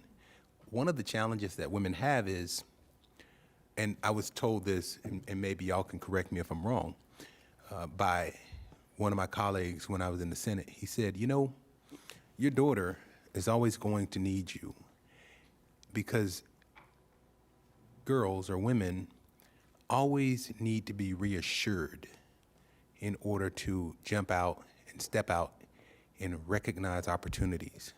But men just do stuff, even things that we're sometimes not qualified to do, we just jump out and do it. While women or girls, like my daughter, need to be reassured that daddy has you, you can do it. I say that to say that I think this organization, this board, has a lot of potential. And one of the things that I do as a professional is I like to take people from potential to promise. My name is Bobby Powell, and I'll take you from potential to promise. And with that being said, I've listened to what my colleagues have stated, and there's a few things that I would like to maybe ask you all to consider. One, you may need to consider, as we indicated, a liaison, but maybe an appropriation to accomplish part of your mission. Chair Dubin, you've indicated that now you have some data. Well, with regard to that data, as I look through, I can see that you all have analyzed quite a bit of information.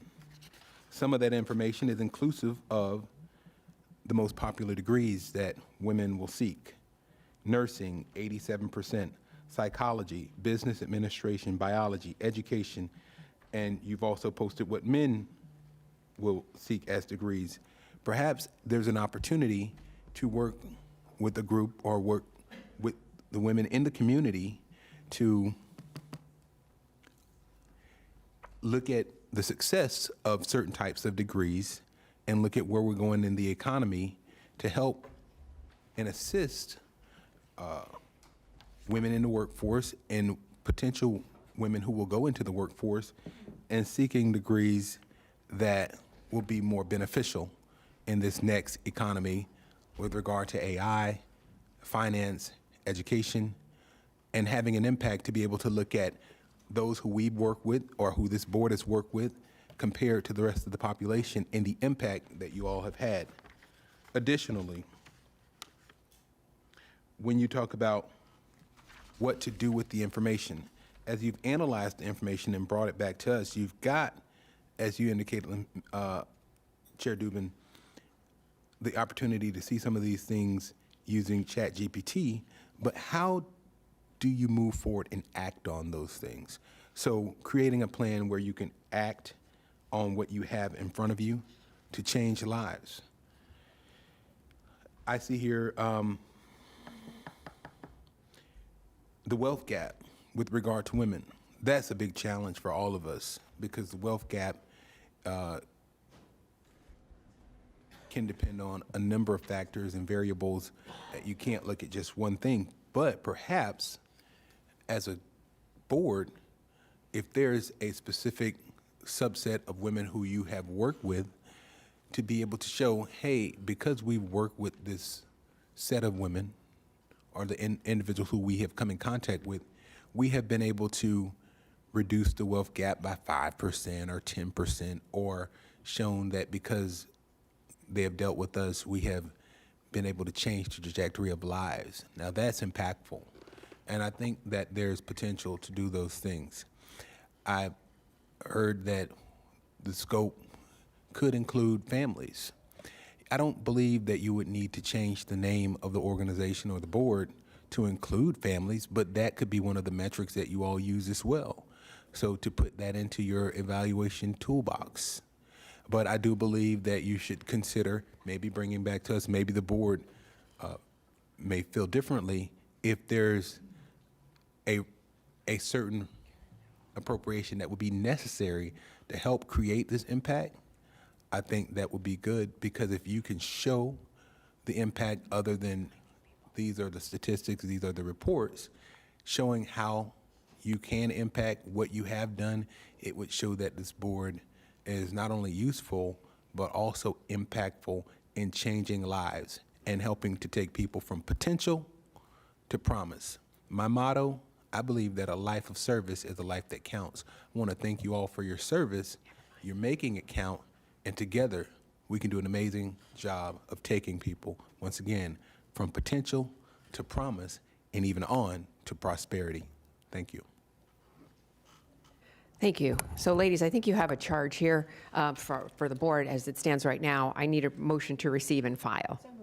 Second? I have a motion from Commissioner Woodward, a second from Vice Mayor Baxter. All in favor, all opposed. See that motion carries 7-0. Your charge is to bring us something actionable. Thank you. Thank you. Thank you very much. Thank you.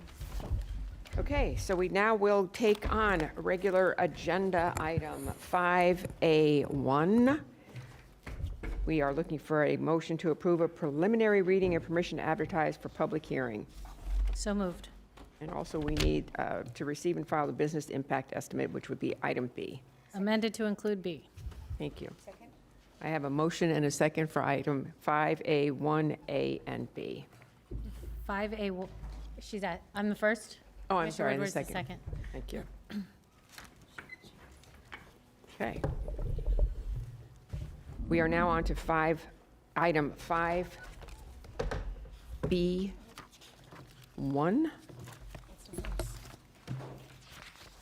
This is an add-on. We have some staff recommendations. This is a yes or no vote. Anything further on this would, what's the matter? Are we too fast for you? Okay. Were there any cards? No cards, okay. Madam Mayor, Yes, sir. perhaps, I don't know, did staff want to do a presentation because they looked like they really wanted to present? Did we? Are you sure? Because if you'd like, We're good. okay. Anyway, anytime anyone wants a presentation, stop me and say you'd like a presentation. Otherwise, I'll take it that we're good. And now I'm looking, we're on item 5B, 1A, and B. Staff is looking for a motion to approve. So moved. I have a motion from the Vice Mayor. This is the security.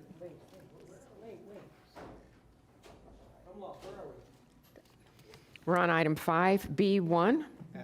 It's an This is add-on. the add-on.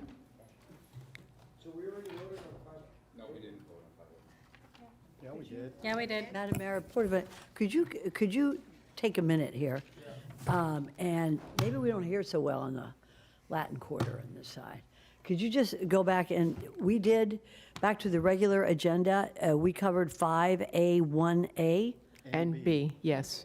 And B. Okay. Well, I'm sorry, I didn't vote on that, and I apologize.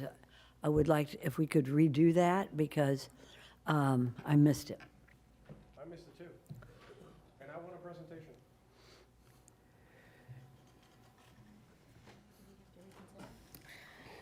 Would we need a motion to reconsider? Yeah. The three of us here missed it. Yeah. If there is someone who voted yes, and they would like to reconsider so that we can open it for presentation. Did I vote yes? I mean, I don't know. Was there a vote taken? Actually, everybody. A vote? Everybody Recorded voted, yes. so. I'm sorry. So you can ask for a reconsideration? Yes. I Okay, am. so I have a motion and a second to reconsider, so staff hopefully didn't leave. Okay? This would be a presentation. This is the public safety. This is a permission to advertise. And then also, this has to do with certificate of public convenience and necessity. And this is just a permission to advertise. The permission to advertise, I make a motion to approve. Really the one I want to get to is B. The business impact estimate. We're on 5A, 1A, and B.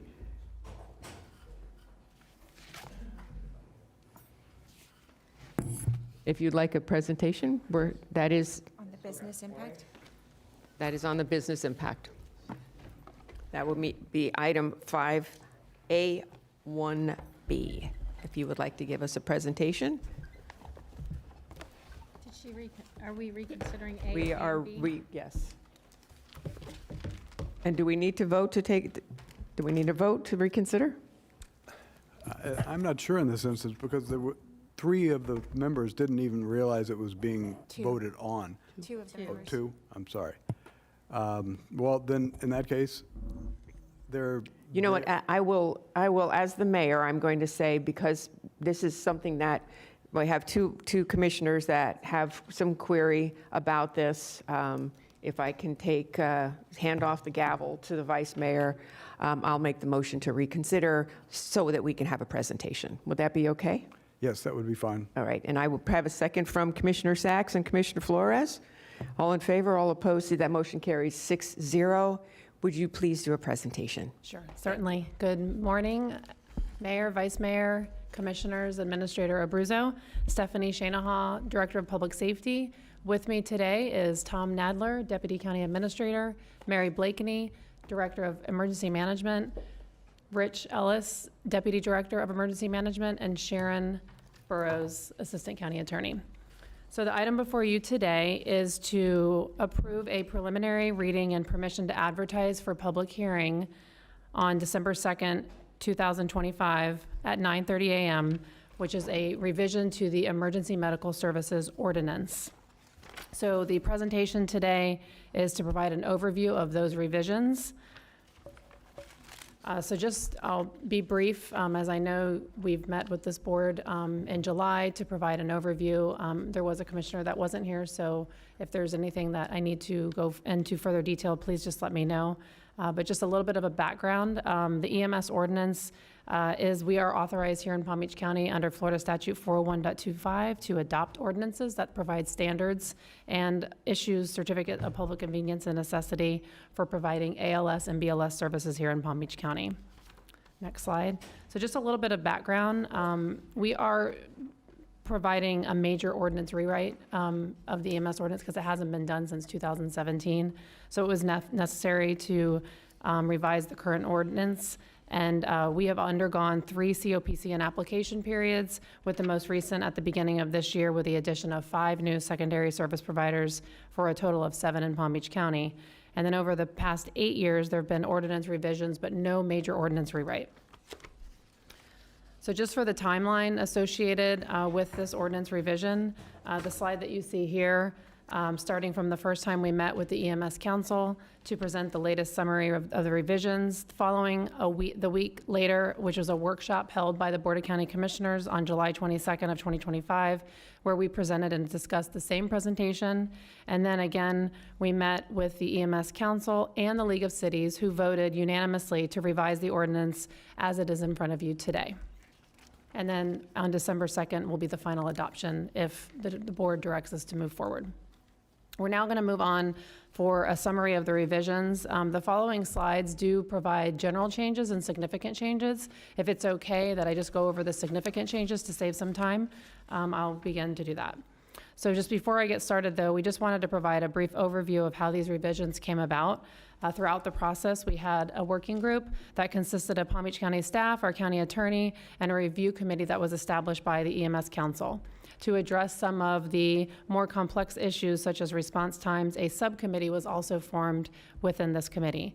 Each meeting was publicly noticed and open to the public. These meetings have been well attended by representatives from various private ambulances services, members of the EMS Advisory Council, and community members. Public comments were actively welcomed and played a significant role in shaping the development of this ordinance. So this slide just shows a representation of the members that were part of the Ordinance Review Committee and the Response Time Subcommittee.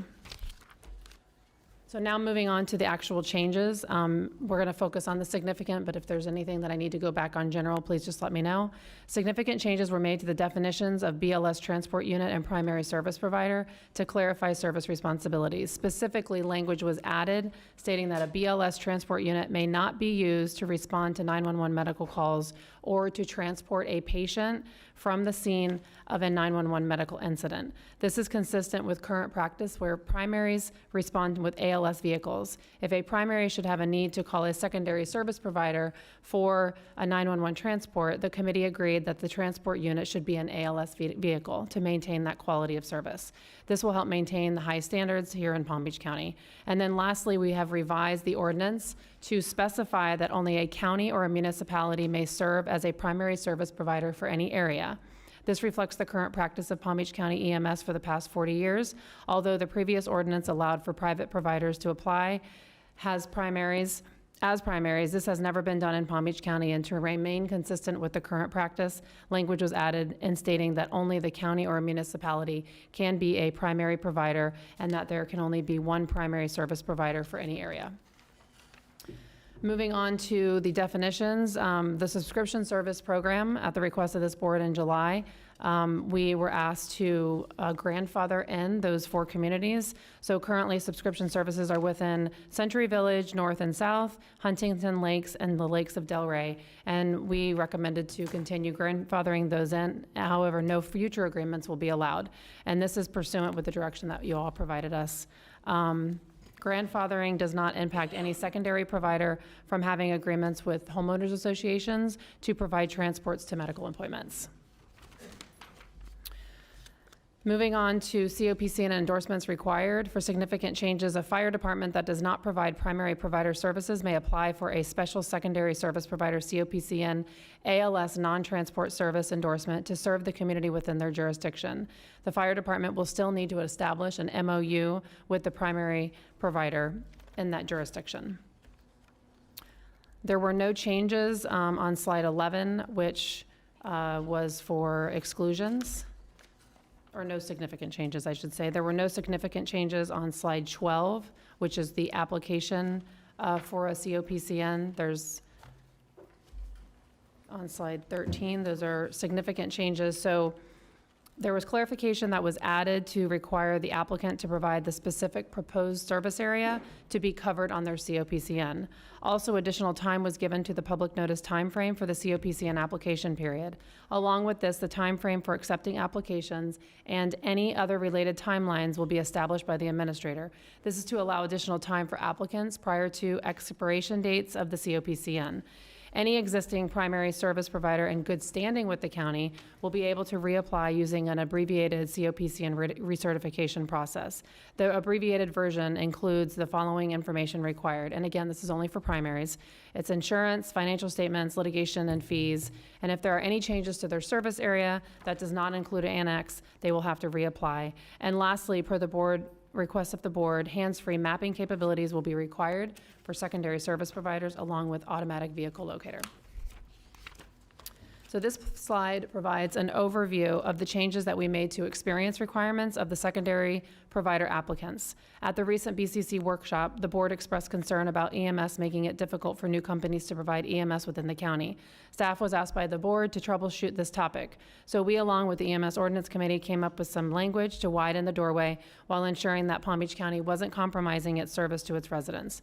The chart that you see here shows 3 categories on the left in which changes were made: financials, company, and management. The middle column shows what the current requirements are, and the third column to the right shows the proposed changes. Currently, Palm Beach County requires 3 years of audited financial statements. The proposed change is to require any audited financial statements of the company or parent company for the past 3 years. Essentially, if the applicant is a new company with no financials, they could still apply and be considered. That doesn't necessarily give them a COPCN, they'll just be considered through the process. Currently, Palm Beach County requests the applicant to describe the experience in ALS, BLS services, including the full continuum of patient care. There is no time requirement. The proposed change is to require a summary of the applicant's EMS performance record for the past 3 years. Any experience submitted is not required, however, it will be considered by the board. Currently, Palm Beach County requires that an applicant have at least 1 supervisory or higher level employee with 3 years of experience in pre-hospital ALS services. While this operational level experience is essential, the EMS Ordinance Committee emphasized the importance of ensuring that the general manager or executive staff possess a minimum of 3 years of pre-hospital ALS transport service experience. The purpose of this change is to guarantee that the leadership team brings relevant industry experience, ensuring the applicant is well equipped to provide a high-quality, sustainable service to the residents of Palm Beach County. So for the board approval section of the ordinance, we modified to say that a board can clarify, or to facilitate a pilot program that can be done at any time. It was saying that the current ordinance says that it had to be outside of the application period.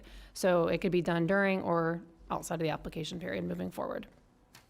Moving on to rights and duties. Currently, primary service providers are obligated to respond to another COPCN holder's area when the COPCN holder for that area is unable to respond unless it will remove coverage from its assigned area.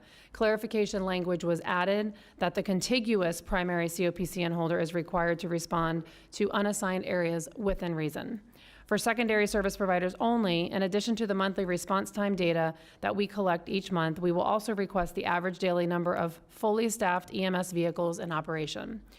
And then language was also added to improve data reporting requirements, enhance oversight, and strengthen the auditing process. For example, we're asking for the granular data of all the EMS calls. And additionally, if a routine scheduled call is requested from the secondary COPCN holder and payment arrangements are not satisfactory by the secondary COPCN holder, they may turn down the transport. There were no significant changes to the vehicle permit section. There were no significant changes to the provision of patient outcome data on slide 18. Moving on to the response times for secondary provider service providers only. Response times are broken down into 3 categories: alert or emergent, urgent, or routine scheduled. For all calls that are alerts or of emergent nature, that's the first 3 rows of the slide, the response times was changed from an average of 10 minutes to now 15 minutes and must be maintained 90% of the calls each month versus an average of 10 minutes from each month.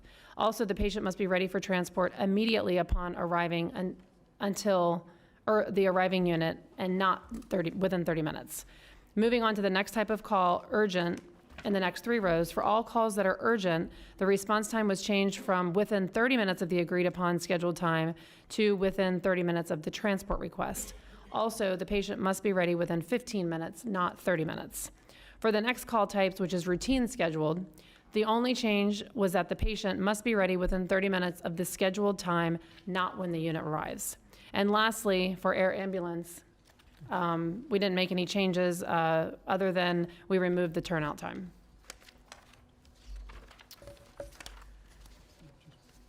So we added complaint procedure process as well as the enforcement section, which is slides 20, 21, 22, and 23.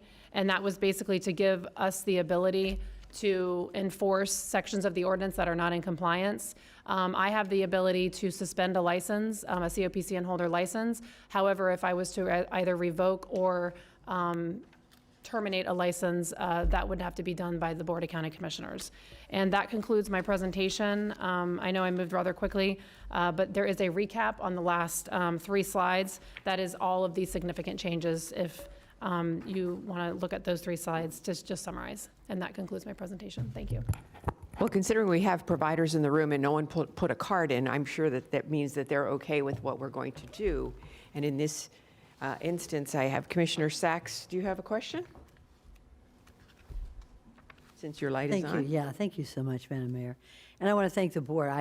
I had no idea this was moving forward so quickly. And I guess I appreciate the board helping me out here.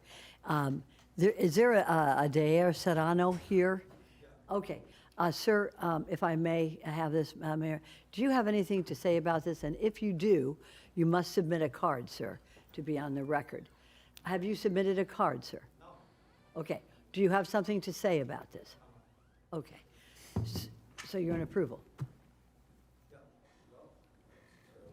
I cannot hear you, sir. Okay. Thank you, sir. Commissioner Flores.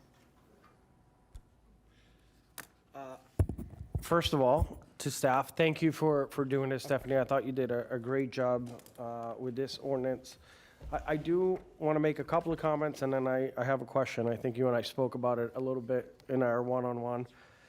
So give me a second. I'm going to go through here real quick.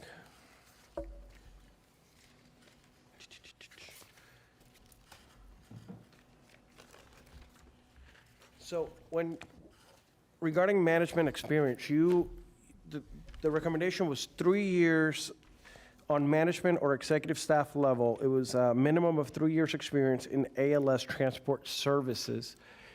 Could you walk me through why 3 years and not like 5 or more? I just feel like 3 years in a particular industry does not make you an expert. So Yeah. Do we want to raise the bar, or, so walk me through that. So we looked at initially, in our current ordinance, we have 3 years of audited financial statements. So we took that number as something that we've been asking for years, that they had to have 3 years of audited financial statements. So we also looked at other jurisdictions and what they ask for. Some experience is required for the company, some isn't. Miami-Dade does have, I believe, 5 years of experience required for the management. So the executive director or the manager of the operation has to have the 3 years experience. That is a requirement, so if they don't, they'll be disqualified, being that they did not comply with the ordinance application requirements.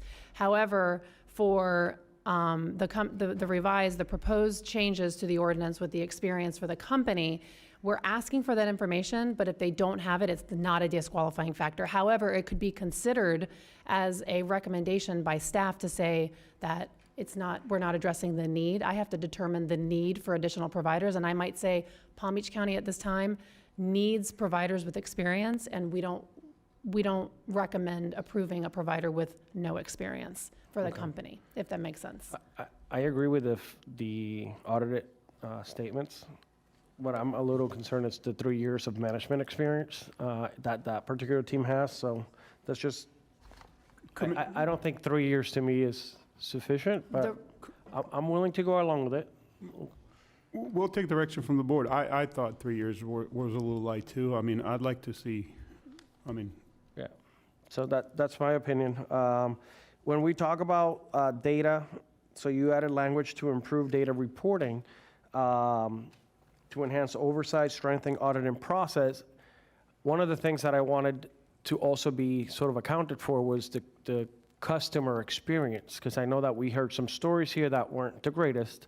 So how are we going to measure those outcomes when maybe a particular company is not having the best customer service to our constituents? Is that something that we're going to be able to track? Yes, so we are meeting with all the hospitals, as well as our assisted living facilities, and making sure that their experience with the providers is positive.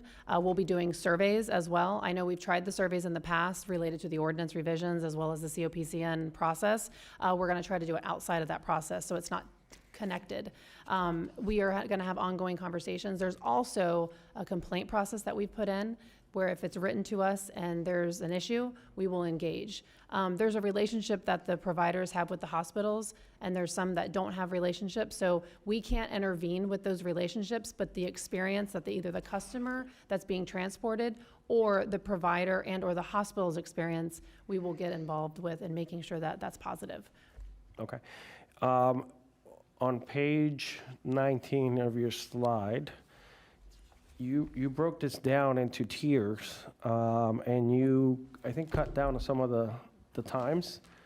I want to commend you on that. I think this is great that you took the opportunity to make it very specific to the type of transfer. So I want to commend you and your team on that. And then my last question is regarding hospitals when they have the license to provide the transport. One of the things that we wanted to create was redundancy so that our people don't have to wait. How do we prevent, if you have a hospital who has a license, from monopolizing their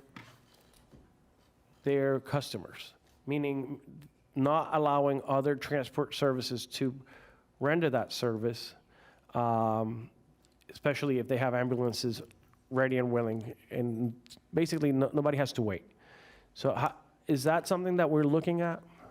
Yeah, so we have staff that are in the field observing activity at the hospitals. We also have complaints that can be submitted if any of the providers that are out there are seeing activity that's done that's not in association with their COPCN.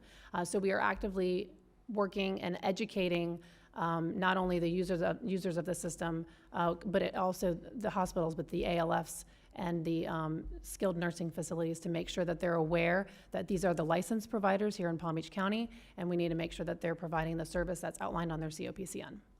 Okay, that's something I want to keep an eye on, make sure that that doesn't happen, okay? Thank you so much. Thank you. So Commissioner Flores, did you want to change the 3 to the 5? I guess I would like to hear what the other board members think, but I think having somebody with 5 years' experience as part of that management team would be, I think that would be best for our residents. Commissioner Sacks? Thank you, and thank you. I've never heard anybody talk so fast in my whole life. Did a great job, Steph. Wait, you're Italian. You know we talk fast. Pardon me? I said we're Italian. You know we talk fast. I know we do.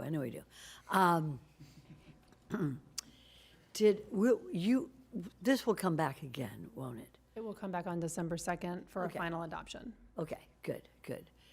All right. Well, I appreciate it. At that time, I think I will have opportunity to reach out to a couple of the folks with their concerns, and I can bring them back at that time. Thank you.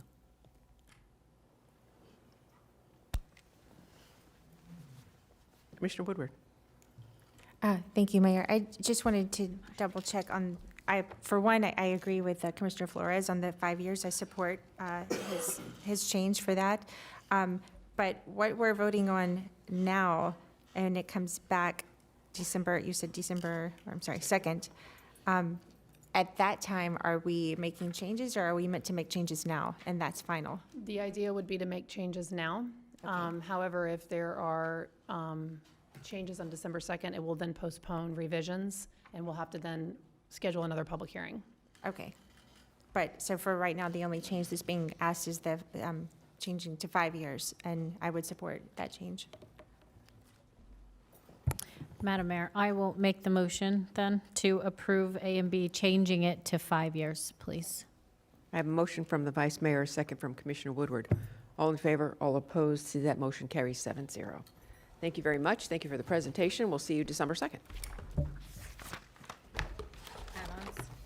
Now we are on to the add-on item, which is item 5B1. May I get a motion to approve item 5B1A and B? So moved. And we have no cards. I have a motion and a second. All in favor, say aye. Aye. Any opposed? See that that motion carries 7-0. See that that motion carries 7-0. All right, we will move on now to board appointments. Commissioner Powell, do you have any board appointments?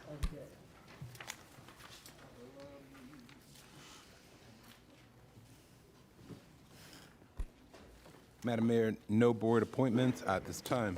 Thank you. Commissioner Weiss? None. Vice Mayor? None. Commissioner Woodward? Commissioner Sacks, any appointments? Commissioner Flores, any board appointments? Okay. We will move on to staff comments. Administrator Abruzzo.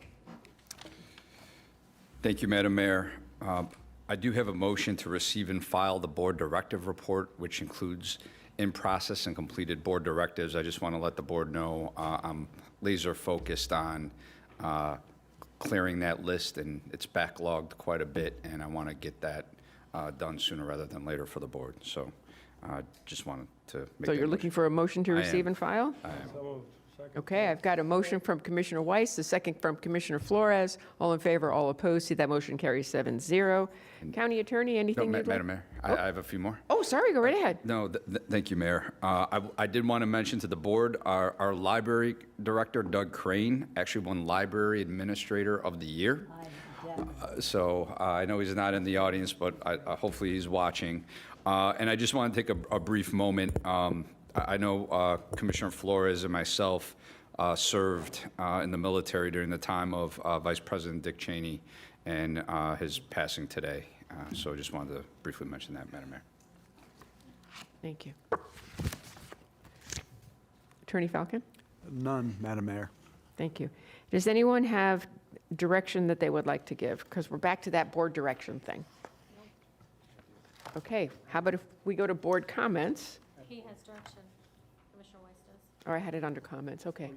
I have it under comments. The whole direction comment thing. All right, So we're going to go with board comments, and we'll start this time with Commissioner Flores. First off, Mayor, I want to say thank you to you for today doing a proclamation for veterans. It means a lot to the community. I know we have a lot of veterans in Palm Beach County that we serve, so I'm extremely honored that you did that today. Also, I want to share with the board that tonight I'm playing pickleball as part of the county staff pickleball tournament. Better you than me. So I am ready to lose. I am not that great at pickleball. I just picked it up in March, but it's exciting that the team PBC is hosting this pickleball tournament, and I'll be participating tonight. So I was sharing with our administrator that'll be out there making us look bad. So I apologize in advance. I just want to know, for do you doing have that. knee braces? Do you have knee braces? Oh, I have everything. Ice Okay. packs and everything ready to go. Because my joke is that this is a sport that was designed by orthopedic surgeons, because everybody I hear that plays pickleball gets hurt. So. Yes, sir? That said, Commissioner Flores could easily take revenge on staff in basketball, where he swishes every shot off the court. So be careful, staff. All right, now where's the golf challenge? That's all I'm asking. But Let's do it. And by the way, since we're talking about golf, this past weekend, I had the opportunity to attend the Veterans Golf Classic up in Gardens. And I had a challenge with the mayor, who hit the ball lefty with a righty club, and she still did amazing and kicked my booty in that. I'm not a golf player, but it was great. First of all, Mayor, that you did that for our veterans, and it's always great to do things like that. So thank you for your time and your dedication to do that. And lastly, I want to request an off-site proclamation declaring November 29th, 2025 as National Small Business Saturday. I got a motion and a second from Commissioner Woodward. All in favor, all opposed. See, that motion carries 7-0. Thank you so much. Thank you. Commissioner Sachs? Thank you, Madam Mayor. And I'd like to recognize Officer Rick Satori, who's here. He is helping us put together a commissioner and staff bonding program. So it's going to be off-site, and we're really excited about it. We don't need a proclamation for it, but it's part of a team building, and I appreciate that very much. Other than that, I don't have any other comments at this time. Thank you. Thank you. Commissioner Woodward? Thank you, Mayor. First, I would like to request offsite approval for a proclamation recognizing the 100th anniversary of the Addison this Sunday. Second. I have a motion and a second. All in favor, all opposed. See, that motion carries 7-0. Thank you. And I also wanted to extend my thank you to several members of Palm Beach County Fire Rescue. I took my mother, who's visiting from out of town, to the calendar unveiling. The firefighters have put together, you've heard about it, an animal care and control firefighter calendar. There's men and lady firefighters, so something for everybody, and it's for the animals. So it's a great thing that they've done. I wanted to thank them because when we were leaving, my mother had a step off of a ramp and fell, has a broken wrist, and they were very wonderful helping take care of her, which if you're going to fall, better to be surrounded by Palm Beach County Fire Rescue because they're right there to help take care of you. They actually made a phone call for us to get to Boca Regional Hospital, which is where we live, and we're in the ER till midnight. And then I wanted to also thank Delray Medical for getting her into surgery this past Thursday. She had to have a plate and 3 screws put into her arm, so bad night. And then apparently I was quite jealous of all the attention she was getting, and I fell on the way to the car, and I just have a hairline fracture, so I'm okay. But thank you for an interesting night, and all of you for all of the firefighters who reached out and sent her a lovely bouquet of flowers, and she's going to be staying with us an additional at least 3 weeks, which is okay because I think my mom and my husband are closer than I am, so it works out for our family. But thank you to everyone who reached out, and Commissioner Powell for stepping in for me last Thursday at our TPA, or what are we now? MPO. meeting so I could be with her for the surgery. So just thank you to everyone who's reached out to ask about her. She's recovering nicely at home, and all of my dogs are very happy she's there too. So thank you, everyone. Thank you. Vice Mayor. Thank you, Madam Mayor. I would like to request permission for an off-site proclamation declaring November 19th to 26th as Farm City Week. Second. Okay, then I'm going to amend what it says in here because it says 17th to the 23rd. Sure. So you said 19th to the 26th? I think either would work. Okay. We got lots of days. Maybe make it 10 days. Okay. So I have a motion. May I have a second, please? Commissioner Weiss already did. Oh, I have a second for Commissioner Weiss. All in favor, all opposed, see that motion carries 7-0. Thank you. That's all? Okay. Thank you. Commissioner Weiss, you want to go now or you want us to come back to you? You can come back. Okay. Commissioner Powell? Thank you, Madam Mayor.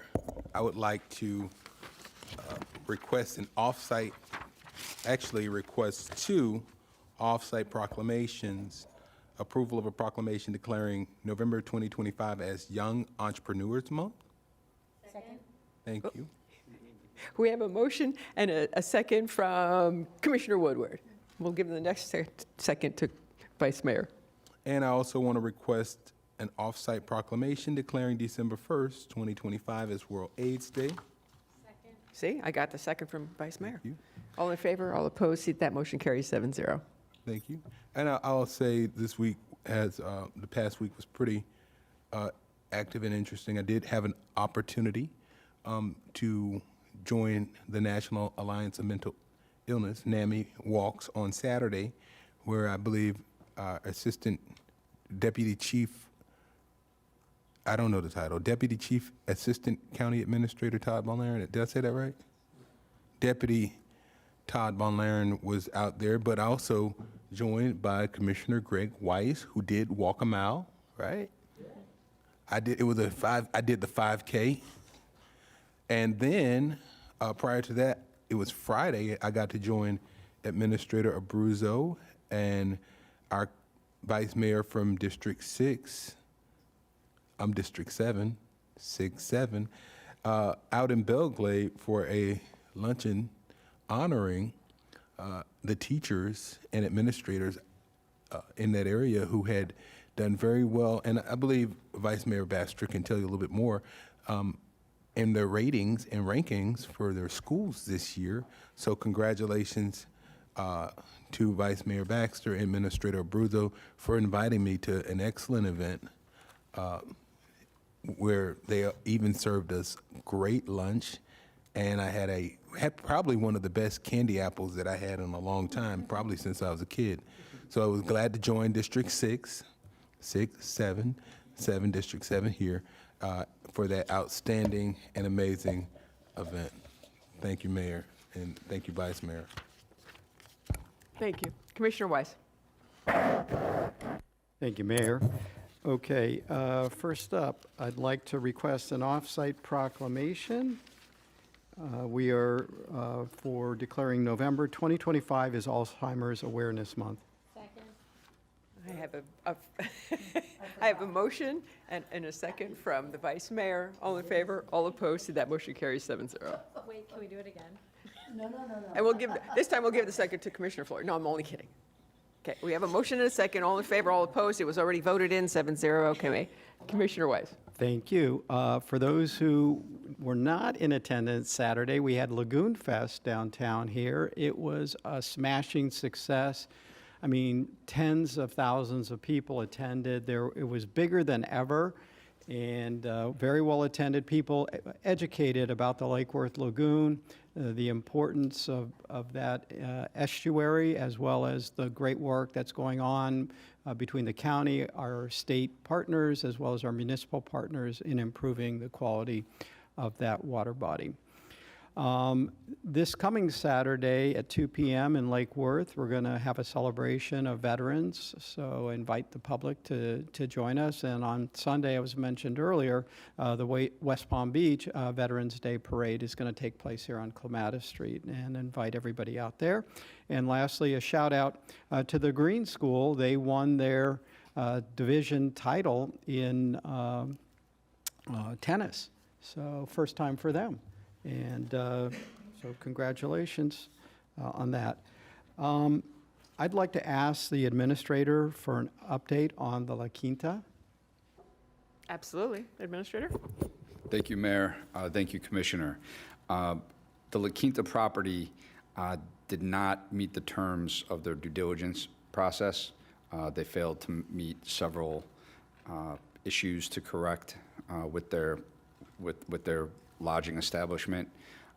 So I have to report to you that it is staff's recommendation of approval to not continue with the purchase of that property, Commissioner. Thank you. Thank you. I would like to go ahead and make a motion to terminate the contract. Second. We have a motion from Commissioner Weiss, a second from the Vice Mayor, and Commissioner Flores, your light is on. Is Commissioner Weiss done? Yeah? So since we're terminating this particular contract, I think in past meetings, there was conversations of looking at Ramada Inn. Is that something that we are going to be looking at, or? I'm not opposed to it, but can we have that I conversation would think at we a could have a later- conversation about it. Yes. Bring us back some information. Is it still for sale? And then we can take it up at another time. Please. Okay. Understand. Thank you. Commissioner Powell? I was going to echo the sentiments of Commissioner Flores, but my question would be, if staff recommends that we stop the purchase, what would be the plan? What's the other plan? Do we have another plan, or what are we doing? Because as far as I know, we're still in this situation where homelessness is a big issue. We're in a crisis. It's the biggest issue. Housing is the biggest issue facing people nationally. I know, and it was our challenge to try to assist, but my question would be, what is the plan? Do we have another plan? What are we doing? Are we active? Because what I'll tell you is the challenge that many of us are going to face is this idea that housing is not affordable or sustainable.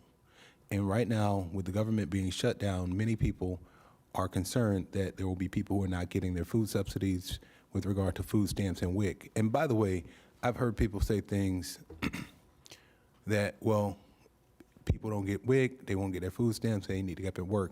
That sounds good, but I'll tell people this: people don't understand how money works and how an economy works. If the federal government funds WIC and food stamps, all those people who are purchasing goods using food stamps and WIC, those goods spur economic activity throughout the economy. Not only are the people who are not receiving those economic incentives, such as food stamps and WIC, going to suffer, it will be the people who are working at grocery stores that will now not see those additional funds that are coming in. It will be people everywhere that feel the benefits of those federal dollars that are injected into the economy. So what I'm sitting at and dealing with is, especially for District 7, is what are we doing? How are we going to create impact, and how are we going to create lasting help? And on top of that, one of the things I should have brought up is there's also pressure from within my district, questions with regard to the hurricane that just hit in Jamaica. We are in some times where a lot of people are facing a lot of issues, and I just need to know, what are we doing to assist?